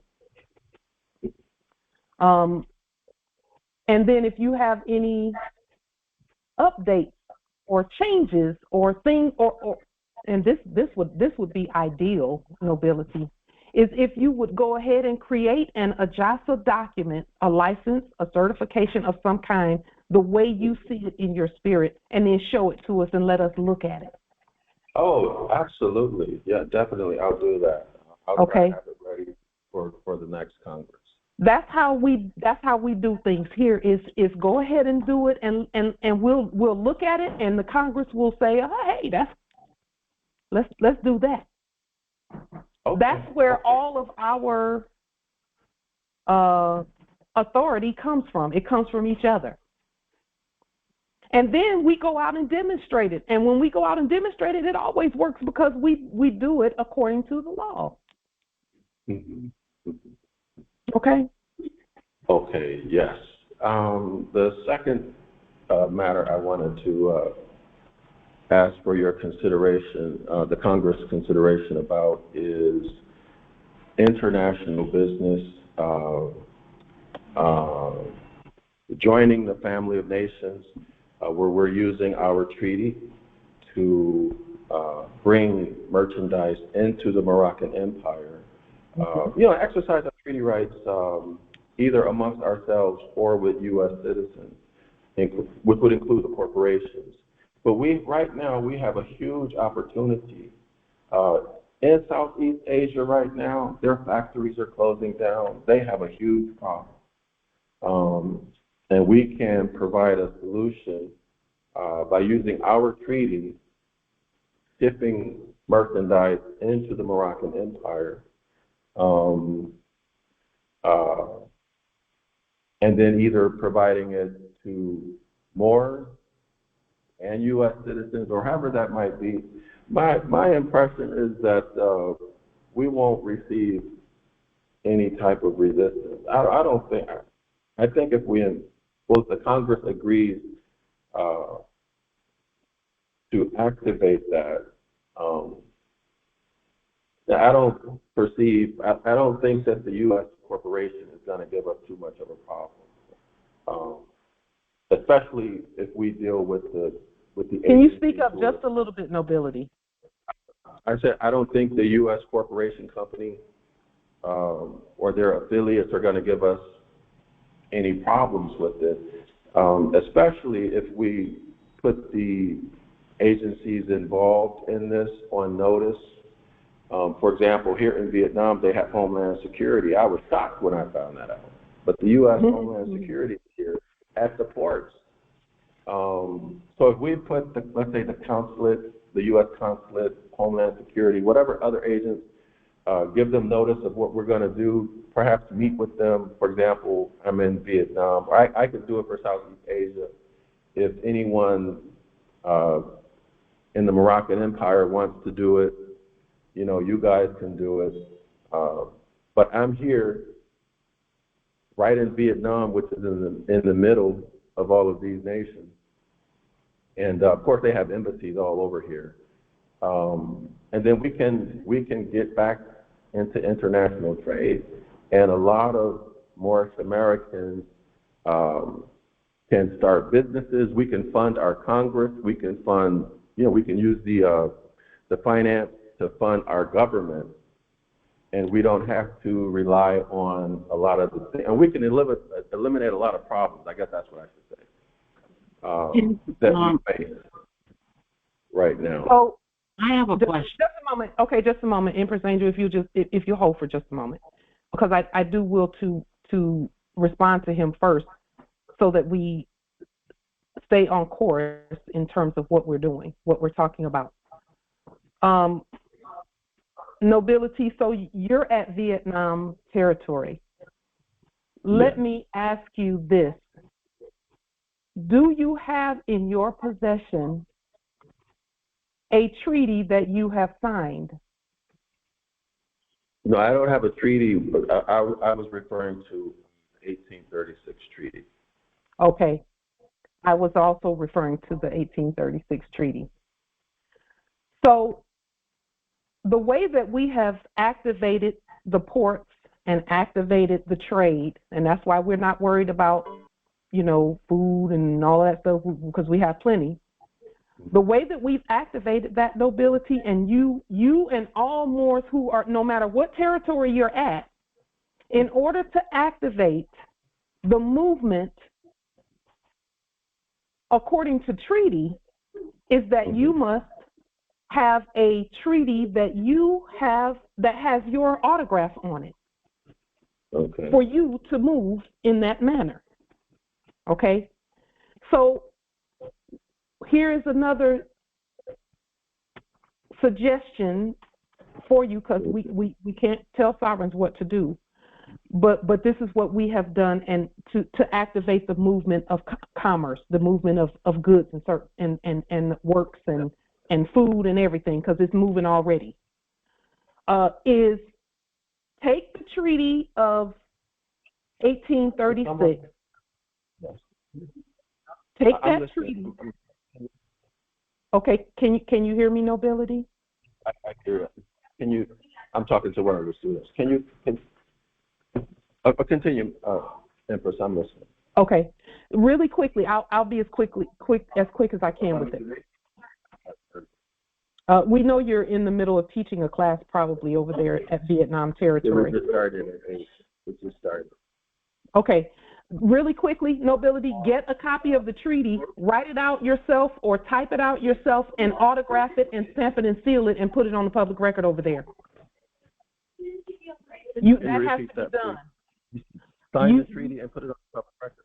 Yes, because if you'll notice, the ones that you see, the Treaty of 1836 and all that, they don't have any signatures on them. Your signature must be on it for you to activate and use that. Okay. Okay. So that's another thing that we suggest that you do, so that you can start to get the trade going. They have to have a living treaty, a living document on the public record with a wet ink signature on it. So I would put my signature any place on it? At the bottom. Oh, I think with your right red thumbprint. Yes, you do have to write it, okay. Type it out yourself.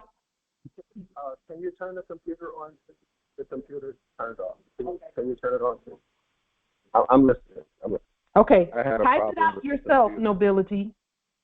Type out the treaty yourself, and then autograph it. Make it an affidavit treaty, so a treaty by affidavit.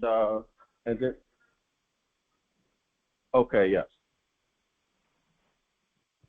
And then put it on the public record here? Yes, you must put it on the public. And putting it on the public record there just means sending it in red ink first. Yes. Don't do any words in all capital letters on there either. Okay, do them in either all lowercase first, and then in blue in capitis diminutio minima. Okay, that's how you do it in those other places. That's how we have to do it everywhere, really. is that it can't be a capitalized document. Okay. Now, when you talk about Okay. So I'll start on that, and then I have to go now. Okay. Come on. But that's important to do that, Okay, nobility. yeah, go ahead. Okay. Nobility, I know you have to go. You and I will probably, it would be good if we had an appointment sometime to meet on this platform aside from Congress. Okay. So that we can. Okay. So my email, if you'll just write my email down and send me an email. Okay. One moment. Who has a pen? Does someone have a pen? Can someone do me a favor, write an email for me? Can you do me a favor? Can you write something for me? Okay, what is it? I'm putting it in the chat. I don't know it's how light. to work this app. Okay, it's light like light bulb. It's okay. Can you hear me, nobility? Yes, I have it. It's LIGHT. Yes. Bay, BEY. Yes. Moorishe Nation @gmail.com. Okay, I have it. Okay, if you'll send me an email, let's plan on when a time that's convenient for you and I to meet here on this platform, and we'll go from there. Okay, so that we can really just show you how, because it's easy to do, and you're the only one who can do it over there. Okay, thank you so much. You're welcome, nobility. Enjoy your class. Okay, thanks. Thanks, you're welcome. Everyone. Okay. Islam. We appreciate your nobility. Islam. So now, Moors, when the noble was talking about interfacing with the corporate states, quote unquote, that's the acting part that we don't do. Okay, so, and we'll make that clear to him. We know that his intention is good. He wills to make it so that people don't suffer out and miss out on the food and the many different products and things that we all have. So some people think that the corpses and corporates are real. They're not. They're actors, they're pretenders, they're hypocrites. And we're not going to join them in that. But what we are going to do is ensure that they know their status so that they won't continue acting, because they don't have to do that. Okay. Now, we were talking earlier about the Hippocratic Oath.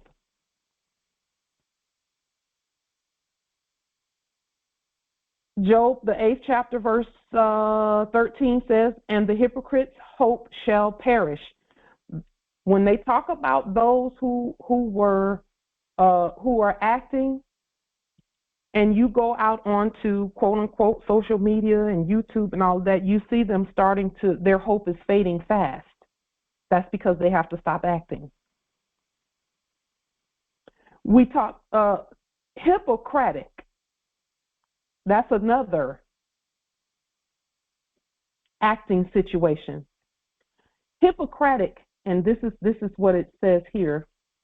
It says, "Of or belonging to Hippocrates, a celebrated physician of Greece, regarded as the father of medicine." But then look here, Islam Empress Nabi. I was actually gonna go there about Hippocrates. He's not the father of medicine. No, he is not. So that's the pretending part right there. Yes, indeed. Here, look, it says Hippocratic face, the expression which the features assume immediately after death. Long sickness, excessive hunger, etc. It's called a Hippocratic face.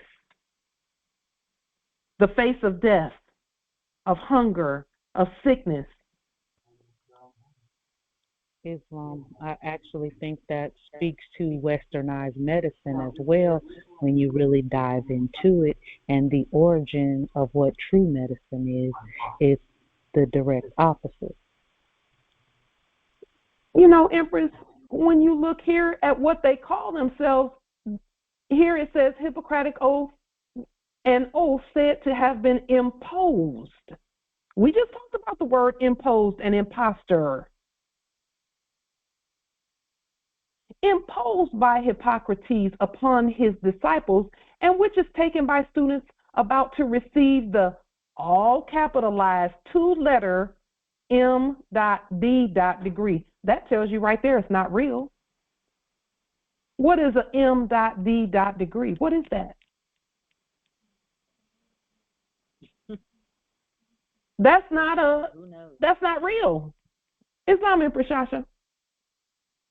No, I was just saying, who knows? It doesn't mean anything. It could mean mad dog. It probably does.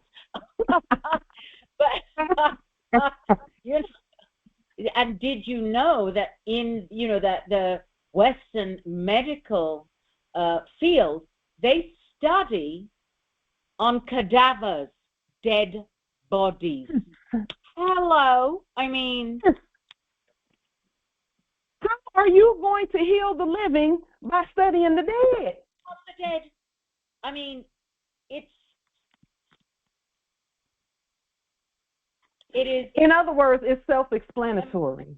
I mean, even self-explanatory. I mean, even the name Hippocrates, they say, which we know it's not him at all, which explains even the name.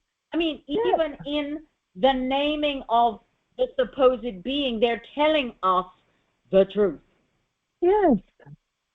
All we had to do was look. Our food is our medicine, so why would we take any information from a dead cadaver?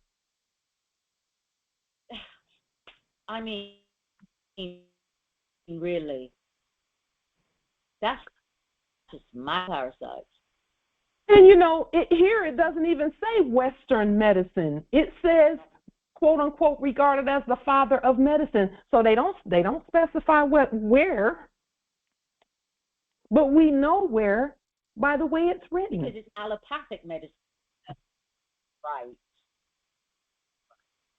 If a Hippocratic faith is one that looks like death, sickness, and hunger, do we really need to take any advice from them?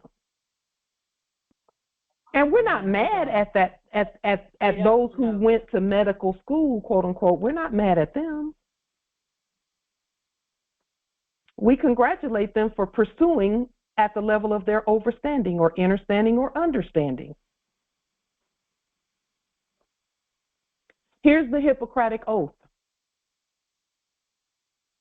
They swear by Apollo the physician, now not Hippocrates, but Apollo,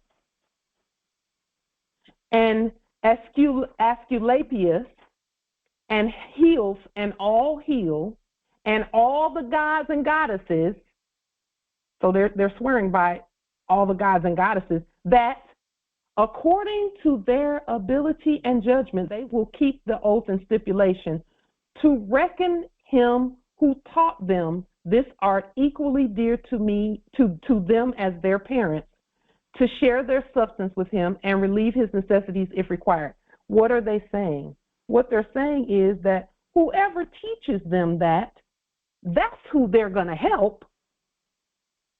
They're going to share their substance with that one. And they're going to look upon them as their brothers and their own brothers and teach them the art if they wish to learn it upon their offspring without fee or stipulation. That's what they're doing with the ones who teach them and their offspring. They're saying they're going to do all these great things, help them and do all this stuff. But wait a minute, what about the rest of the people? What about the ones who don't teach them? It says, and that by precept, lecture, and every other mode of instruction, I will impart a knowledge of the art. It's not a science, it's an art, to their own sons and those of the sons of their teachers, and to disciples bound by a stipulation and oath according to the law of medicine, but to no one else. So they're telling you that if you're not a part of their group,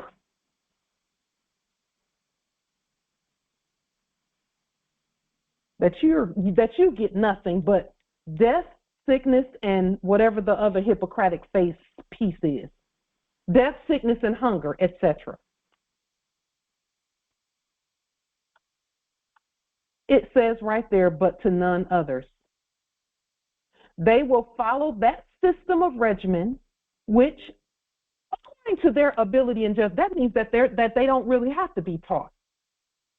They consider for the benefit of their patients and abstain from whatever is deleterious and mischievous.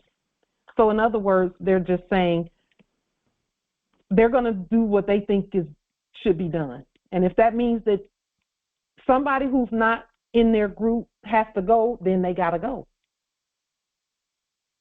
It says, and in like manner, I will not give to a woman a pessary to produce abortion. That's if they determine by their own judgment that you are a woman. See, they've already... Islam justice... You skipped the sentence. Which one did I skip, nobility? What is it? I will. They will give no deadly medicine to anyone if asked, nor suggest any such counsel. Think about this, even with that sentence. They're not going to give deadly medicine to anyone if asked. But what if they're not asked? Then that means they're going to give them deadly medicine. See, there's a stipulation. That's why they keep using that word, stipulation, stipulation. If you ask them not to give you a deadly medicine, they won't. But if you don't ask them to do that, they're going to give you a deadly medicine.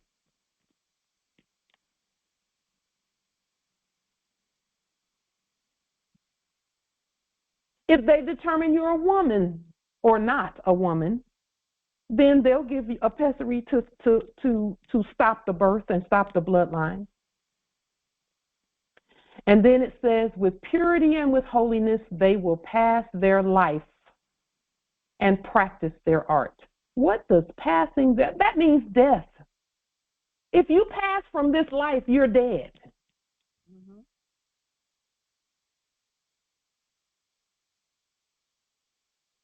It says, I will not cut, or they will not cut persons laboring under the stone, but will leave this to be done by men who are practitioners of this work. Really? So if persons are not laboring under the stone, and laboring under the stone is a Masonic term, does anyone know what laboring under the stone means in Masonic language?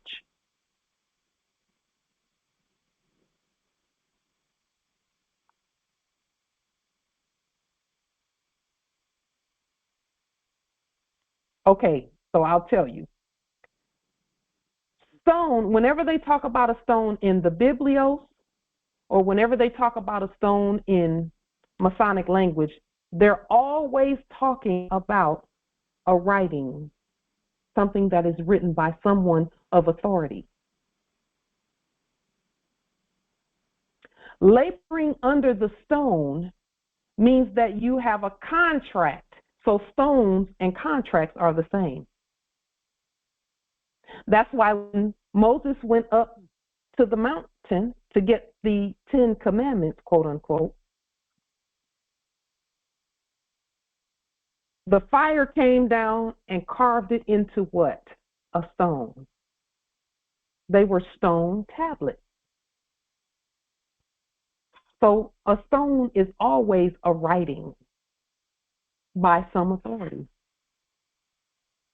So if you're laboring, that means you're an employee under a contract that you have no authority over until you do.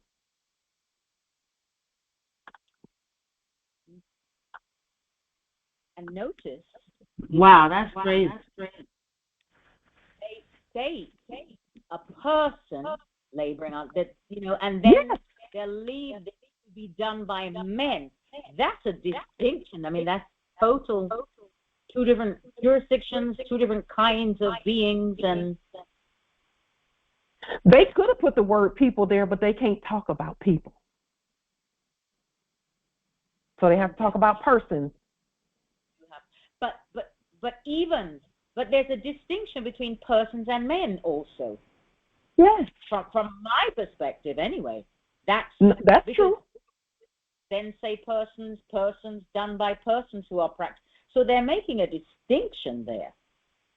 That's back to the authority piece. Yes. Because they know that men have authority over persons. Exactly. But neither have authority over people. Neither have authority over people. Mm. That's why they avoid that word like the plague. Islam. Islam. Yes. I will cut persons laboring under the stone, and contract, as you stated. And I watched just about all of John Wick's series, and the latest one, I don't want to spoil it for the people who've yet seen it. But John Wick as the trilogy or whatever it is, how many are there? There's 7 of them. Anyway, that is a great depiction in the system of showing you what it means to labor under a stone. But we'll leave this to be done by men who are practitioners of this work, because you couldn't, in that enactment of the John Wick series, you couldn't kill a fellow man without a proper contract. Right? Yeah. And so once the contract was put out, then all the other fellow practitioners, well, i.e. mercenaries, would then be able to enact the unaliving you in that regard, but not until the stone was put in place. And then if you watch the last one, we was talking about this, about how once the call went in, they went transferred to accounting, and then they gave the denomination, and then it was written and a bond was created, and then they stamped it, and then it was an active bond, and then the call went out, and it was showing the old system of them having the operators pulling the cords and putting them in each hole to connect the lines and everything else. I mean, if you want to understand this part, John Wick is a great example of in theater to show you what is exactly being stated.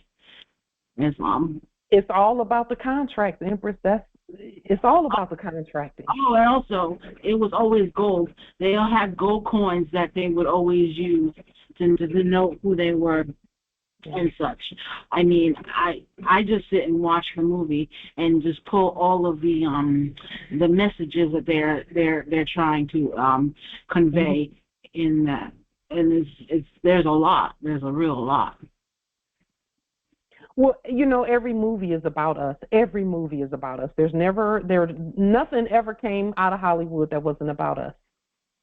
Nothing ever came out of there. Cartoons included. So it's also calling men practitioners. Well, a practitioner is not a real professional. A practitioner is practicing.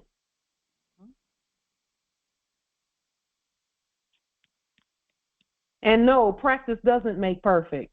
Doing it makes perfect. It says, into whatever houses I enter, I will go into them for the benefit of the sick and will abstain from every voluntary act of mischief and corruption. Every voluntary act.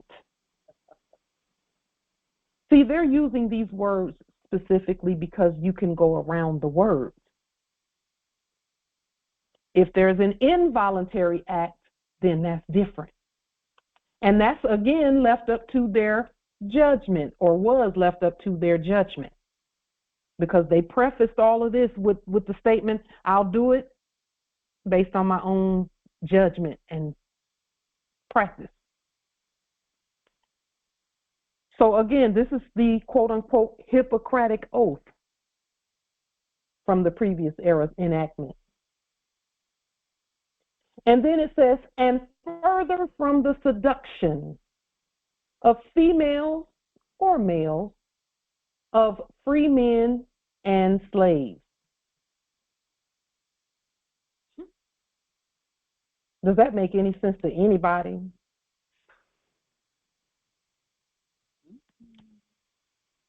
Seduction means that you would compel them to do something or say something. And all of those, they're not necessarily speaking of people. Well, they're not speaking of people. They're not even you know what I'm, yeah. This is complete and utter trickery. I mean, it actually, this oath, reading it with you here, and this is the current oath. Not current. I mean, it's not current. It's now no more, but it was former in the enactment. Yes. That is absolutely. There is nothing, you know. It is exactly as it was in the enactment, because they're saying. They're telling us. They're telling us exactly. Well, not us. They're telling subjects, actors. Actors, yes, correct. Yeah. Thank you for correction. But you are. I mean, it's. I'm sitting here. I haven't been. It's been a long. Well, I haven't been and would never go now anyway. But 20+ years. But I'm seeing it in that former arena. Wow. And Empress, when we were in our sleep and we were going to quote unquote doctors, who knew that this was what they said? Who knew that? I mean, that's the piece. That's the piece. I mean, I knew of the Hippocratic. You know, I heard of. I never looked at it. But I mean, like I said, 29 years, and I have not been back over there in that enactment. But this truth. It explains completely to a T what that system really was all about. What that is. It was pure acting. It was pure acting. Never truth. Never real. Ever. I mean, it's just this is so exciting. Yeah. Knowledge is just. But power. Yes. It's power. It is power. Knowledge is power. Knowledge is power. There is, and I know that for a fact. Yes, absolutely. You know, Empress, I worked in prosthetics in management and had never seen this. In prosthetics in management in the enactment and had never seen this. Working with orthopedic specialists, nurses, doctors, quote unquote, because none of them were that. Now I know why I never saw it, because they weren't real. They couldn't show. They were all fake. We were all fake at that time in the enactment. Right. That's why this wasn't even important. And that's really the truth of it. That's really the truth of it. That's why I say we're not hypocrites ever now. We know who we are. We are not. We are not. And the thing about it, in truth, when you don't know, you're unaware and you're uninformed and you're miseducated, you're not being fake. You're uninformed and you're ignorant. You're exactly, but you are not. To be fake is to make a conscious decision to go against your authenticity and be something that you are not. Ooh. And see, here's the thing, ignorance of the law is no excuse. Even when we thought that we were prosthetic professionals and so on and so forth, we weren't. So we really kind of were still being hypocrites because ignorance of the law is no excuse. No excuse. No matter what our quote-unquote occupation was, we were all hypocrites because all of them pretended to be a title, and it was all in black ink and capital letters, and it was corpse speak. And we accepted them. We thought that college, quote unquote, and did all these things. To get a job. Yes. Yeah. Pure acting, monopoly. Hello. So what it says here is, listen to this part. It says, whatever, that's what it says. It says whatever, comma. Whatever means whatever. Yeah, whatever. Whatever. In other words, they're poo-pooing all the stuff that they just said. Exactly. Whatever. Oh. In connection with their professional practice. Professionally practicing. That means never getting it right. It says whatever in connection with my professional practice or not. Or not. In connection with it, I see or hear in the life of men, which ought not to be spoken of abroad, I will not divulge, as reckoning that all such should be kept secret. So that means that they're looking at the living, but they're not the living. So they can't speak about that. They're telling you right there they're dead. It says, while they continue to keep this oath unviolated, may it be granted to them to enjoy life and the practice of the art, respected by all men in all times. But should they trespass and violate the oath, may the reverse be their lot. That's insanity on their part. Wow.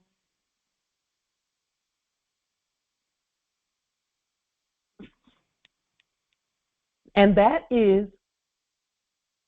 was the enactment of the Hippocratic Oath. For M.D. degree, which is just as invalid as a U.S. Yeah.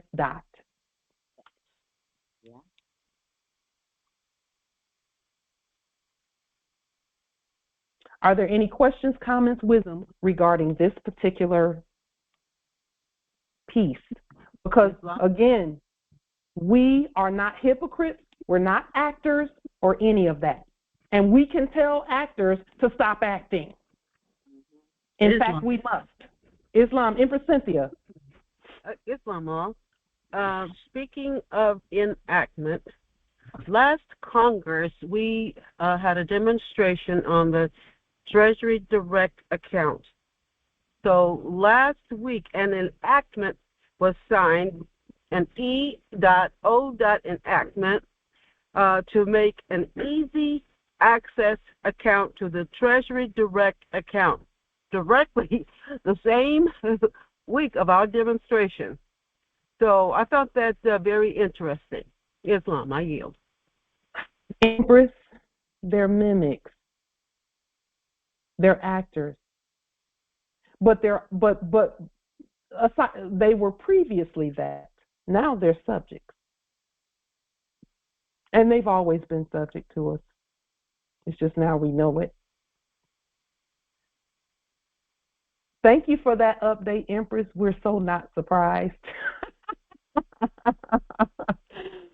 Thank you for that update. Islam, I just wanted to make the statement that this that we've seen on the screen here, there's been many versions of it because we've done the research here, and there's one prior to this one that has even more fraudulent, egregious language and in it, but to the point that they've gone in enactment of revising it for the point of persons had issue with taking that oath to the language, so they've changed it over the decades and such, just like they've tried to change the Constitution, as it were, so they could finagle it and not necessarily abide to the reasons for it being there. But also, you stated that you in the enactment worked as a in the medical field, but just as though corporations have corporate quote unquote license and things, they didn't ever know about the treaty and such. Oh God, what is fun for you? Go ahead, Empress. I said they didn't know about the treaty and the truth for their existence on this land, and so now they have to come to the realization that there was a previous document that gave them the ability to be here at this landmass to do business and nothing more, and not to go against it without consequence. Islam. And the subjects only respond to our courts. They don't respond to anything else. They only respond to our courts. Yeah, and they say that as well. And that's in the treaty also. Yep. That citizen and again, they're not party to the treaty as in signing parties. Just like we talk about ships in the treaty, the ships didn't sign the treaty either. Only the authorities, the high contracting parties, have the authority to sign the treaty, and that's us and us.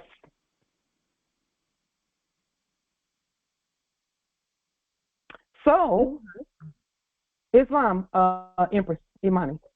I just wanted to verify that you actually place the link in the chat. Is that your post?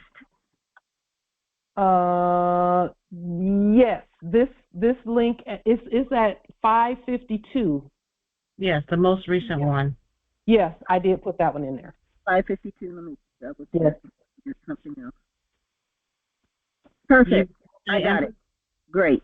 Islam. Thank you so much. You're welcome, Empress. What were you going to say, Empress Late? I was going to say that no matter how many times they supposedly, quote unquote, updated it to make those that were taking it feel comfortable, it's still fraud. Until we're the ones who have the authority to write anything close to any type of anything where those who are doing the work are agreeing to be honorable. So no matter how many times they supposedly updated it and all of that, it's still fraud. Still fraud. Because who is Apollo for them? Who is Apollo? Well, there's an Apollo Theater at New York. Land of Nod. Sounds like acting to me. And then, never mind. I could go all day with that, so I'm not going to do that to you all. So let me make a couple of other quick,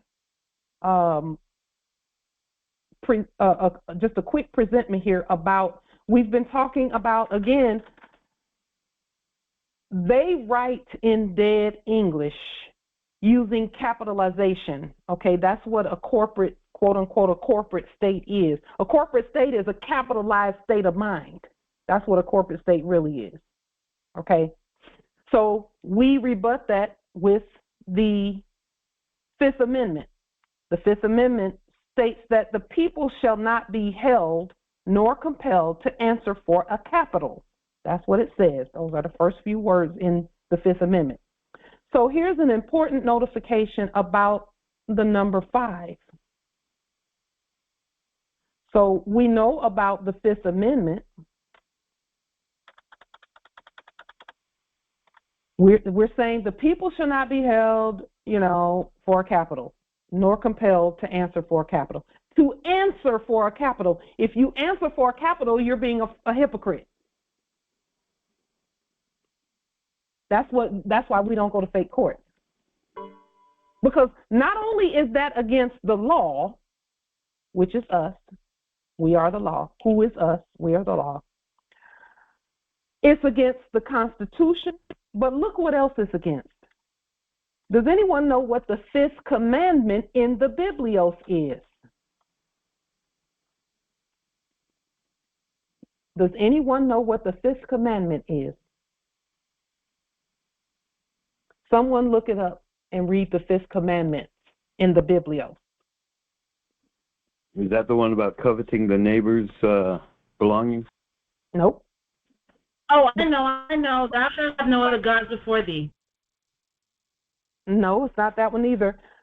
Honor But that one is a capitalism. Empress Angel, the one you talked about is a capitalism commandment. Have no other gods before us. That means don't put no mask in front of your face and be trying to get things with a fake face. From using fake fiat that says in God we trust in all capital letters.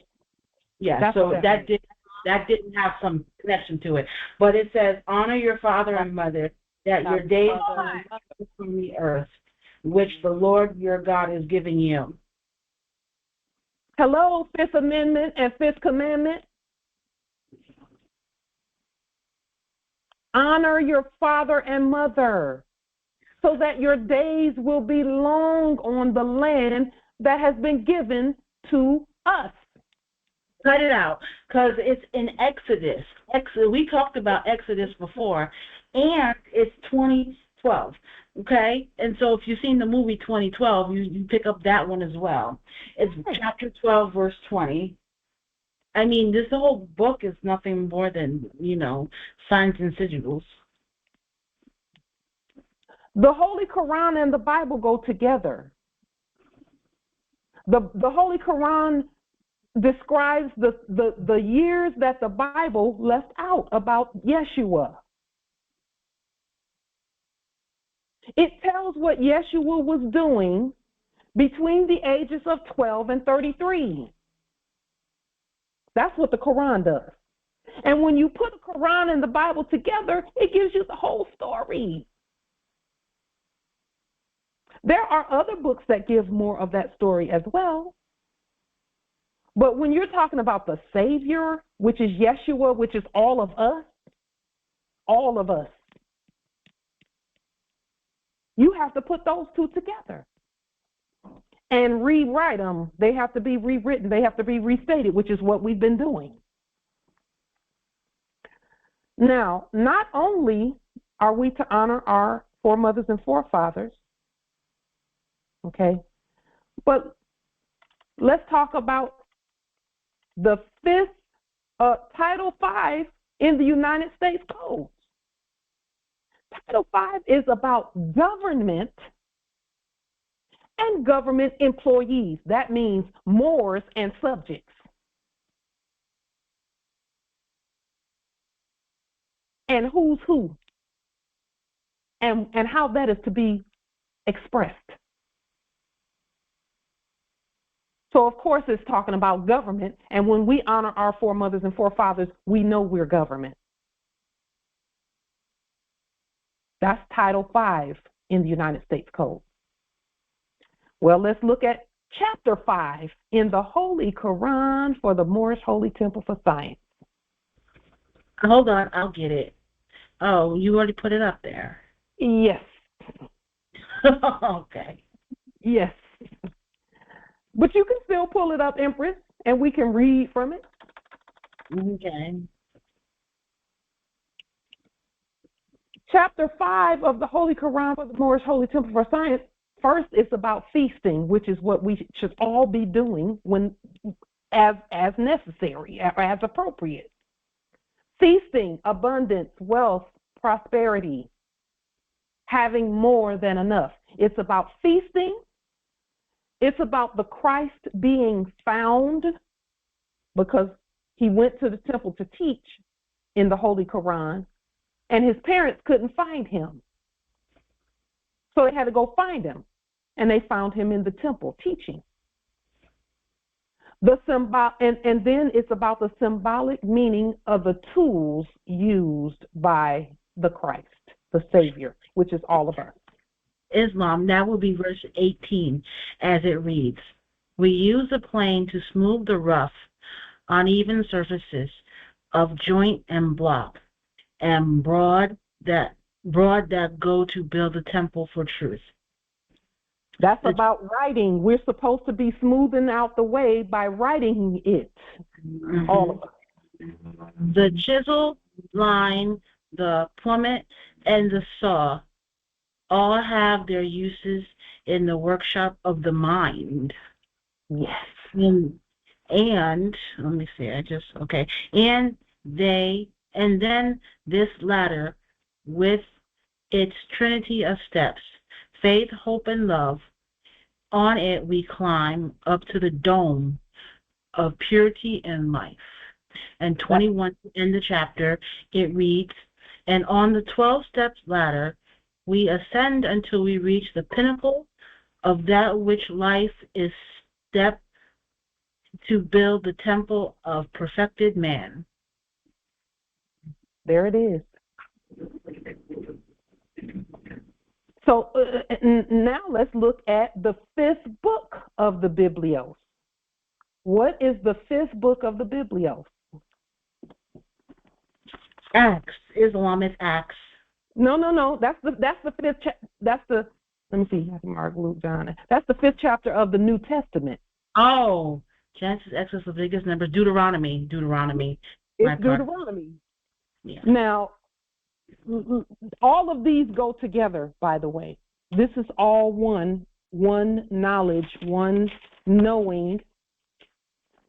Just one moment. Let me pull this up really quickly.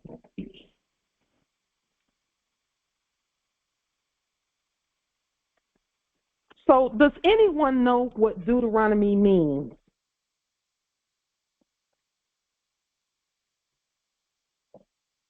Did you know that the nucleus of an atom is actually called a deuteron? The nucleus of an atom of deuterium is a deuteron or a deuteron. But Deuteronomy is called the second law. It's the 5th book of the Pentateuch in the Old Testament, in which the law of Moses is set down in full for the second time. A Deuteronomist is the assumed writer or one of the assumed writers of the book of Deuteronomy. So,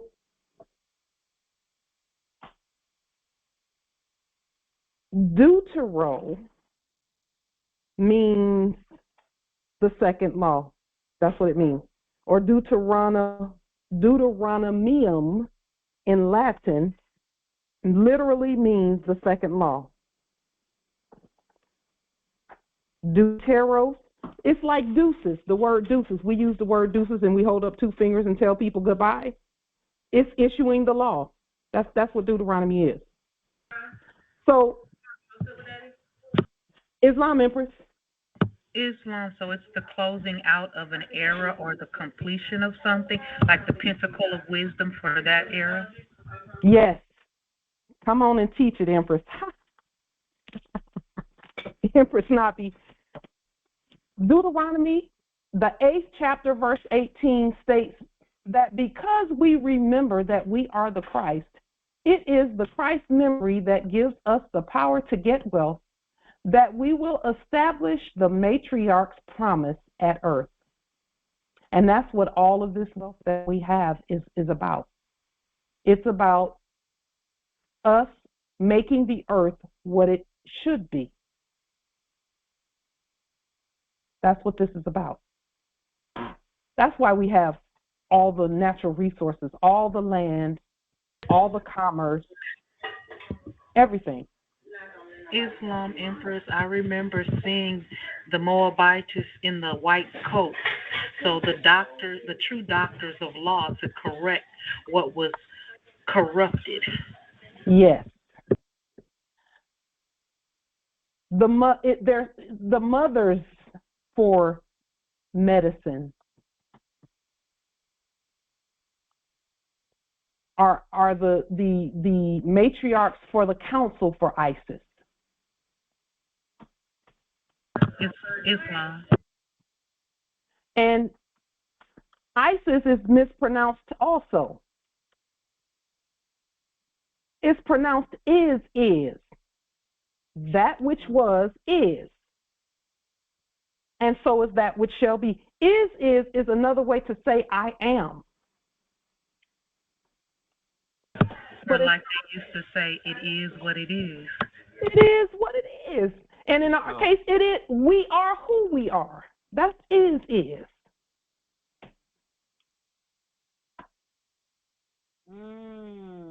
It's just like saying am. Same thing. Am who I am. We is who we is. So all it is that we bring into being by saying, so be it. It is.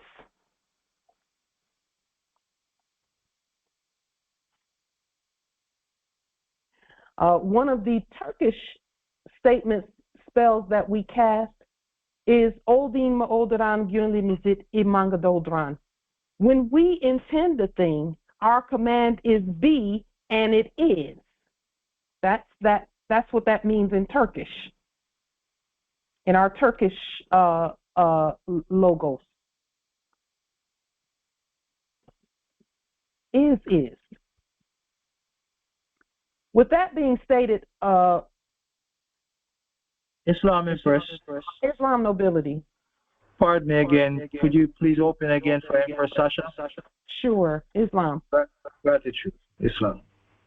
As we bring this Congress to its conclusion for this particular portion of the platform, one of the questions that we can always ask when speaking to and see, we won't even be speaking to actors anymore. They're all subjects. For those who are at that point on the timeline, this is a very effective question.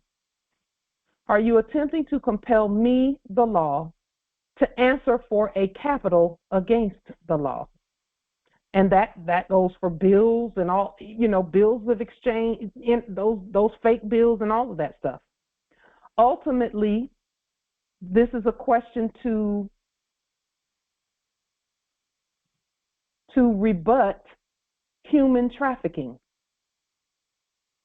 That is what the question is for. So this is a due process question. It's a due process question. To abolish human trafficking, previously enacted by foreign dead debt capitalism. It was called trafficking for a reason. Okay. And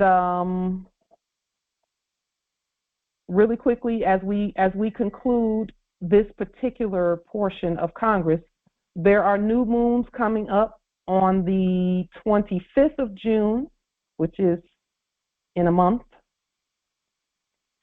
the 24th of July, the 23rd of August, and the 21st of September. Those are the next few full moons. Summer solstice is the 21st of June. So the full moon is the 25th, and summer solstice is the 21st. Islam the sun, Islam Empress. It says new moons in the title. I'm sorry, new moons, not full moon, new moons. Wonderful. I apologize.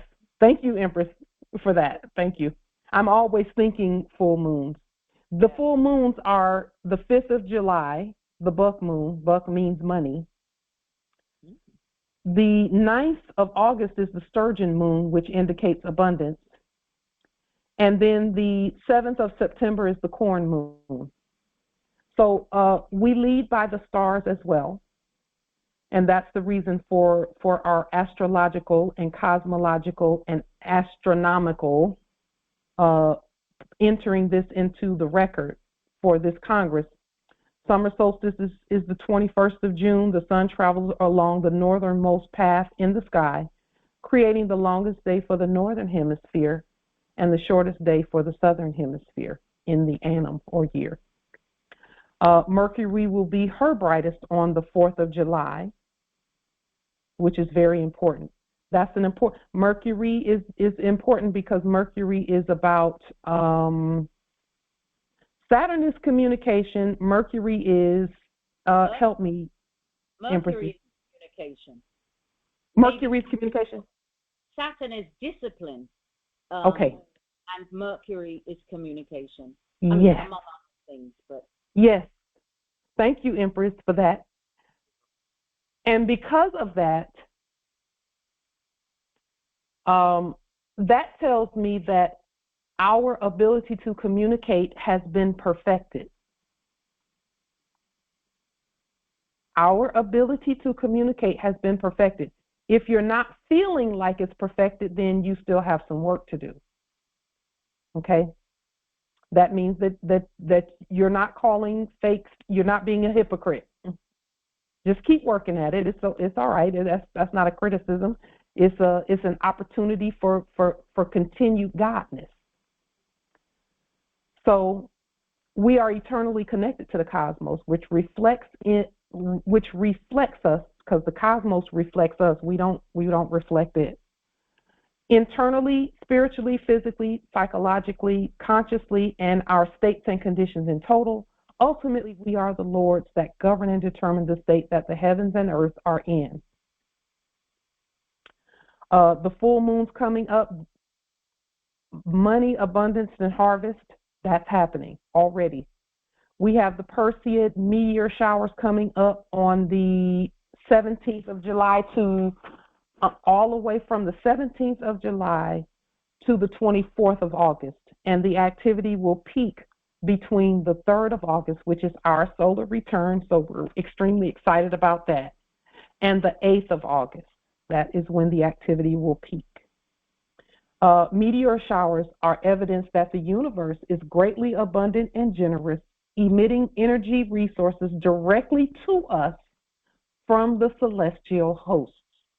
Heaven opens her windows and pours directly to us vast quantities of her bounty, so much that although we think that we may not have room enough for the abundance, we accept all gratefully anyway.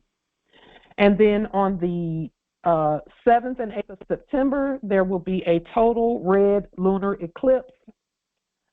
And then on the 21st of September, there will be a partial solar eclipse. And then autumn equinox. Autumn equinox is the 22nd of September. All of these days and dates are days that where our energy is being reflected back to us in a major way. So what does that mean? That means that you can choose these dates to do specific demonstrations, to either to send something by mail or to speak a certain way or write a certain thing or produce a certain energy. These days are going to be very important for that, even though we're all powerful every day. We know that. We just we cause the universe to align with us on these days when we observe and look at these days as they're reflected back to us. So we will to put that into process as well. And then one last thing, more sovereign delirium must be properly stated. So please look at what you have and ensure that there are no all capitalized words on your money. If your money has any capitalized words on them, you must decapitalize those words before you use the money. Only those who have the 40 documents on the public record can make this specific change to the money that you have in your bank vault. That is a suggestion. That's a suggestion. We can't tell sovereigns what to do. We're just suggesting that you have the 40 documents on the public record before you use delirium, because delirium will absolutely and positively be active, much more active on the land July 1st. We're just letting everyone know. Okay. With that being stated, Peace and grand rising to the sovereign, original, indigenous, natural, divine heirs. Islam. Peace and grand rising. Peace and grand rising. Copy of To the gratitude for my erudition. Much appreciated.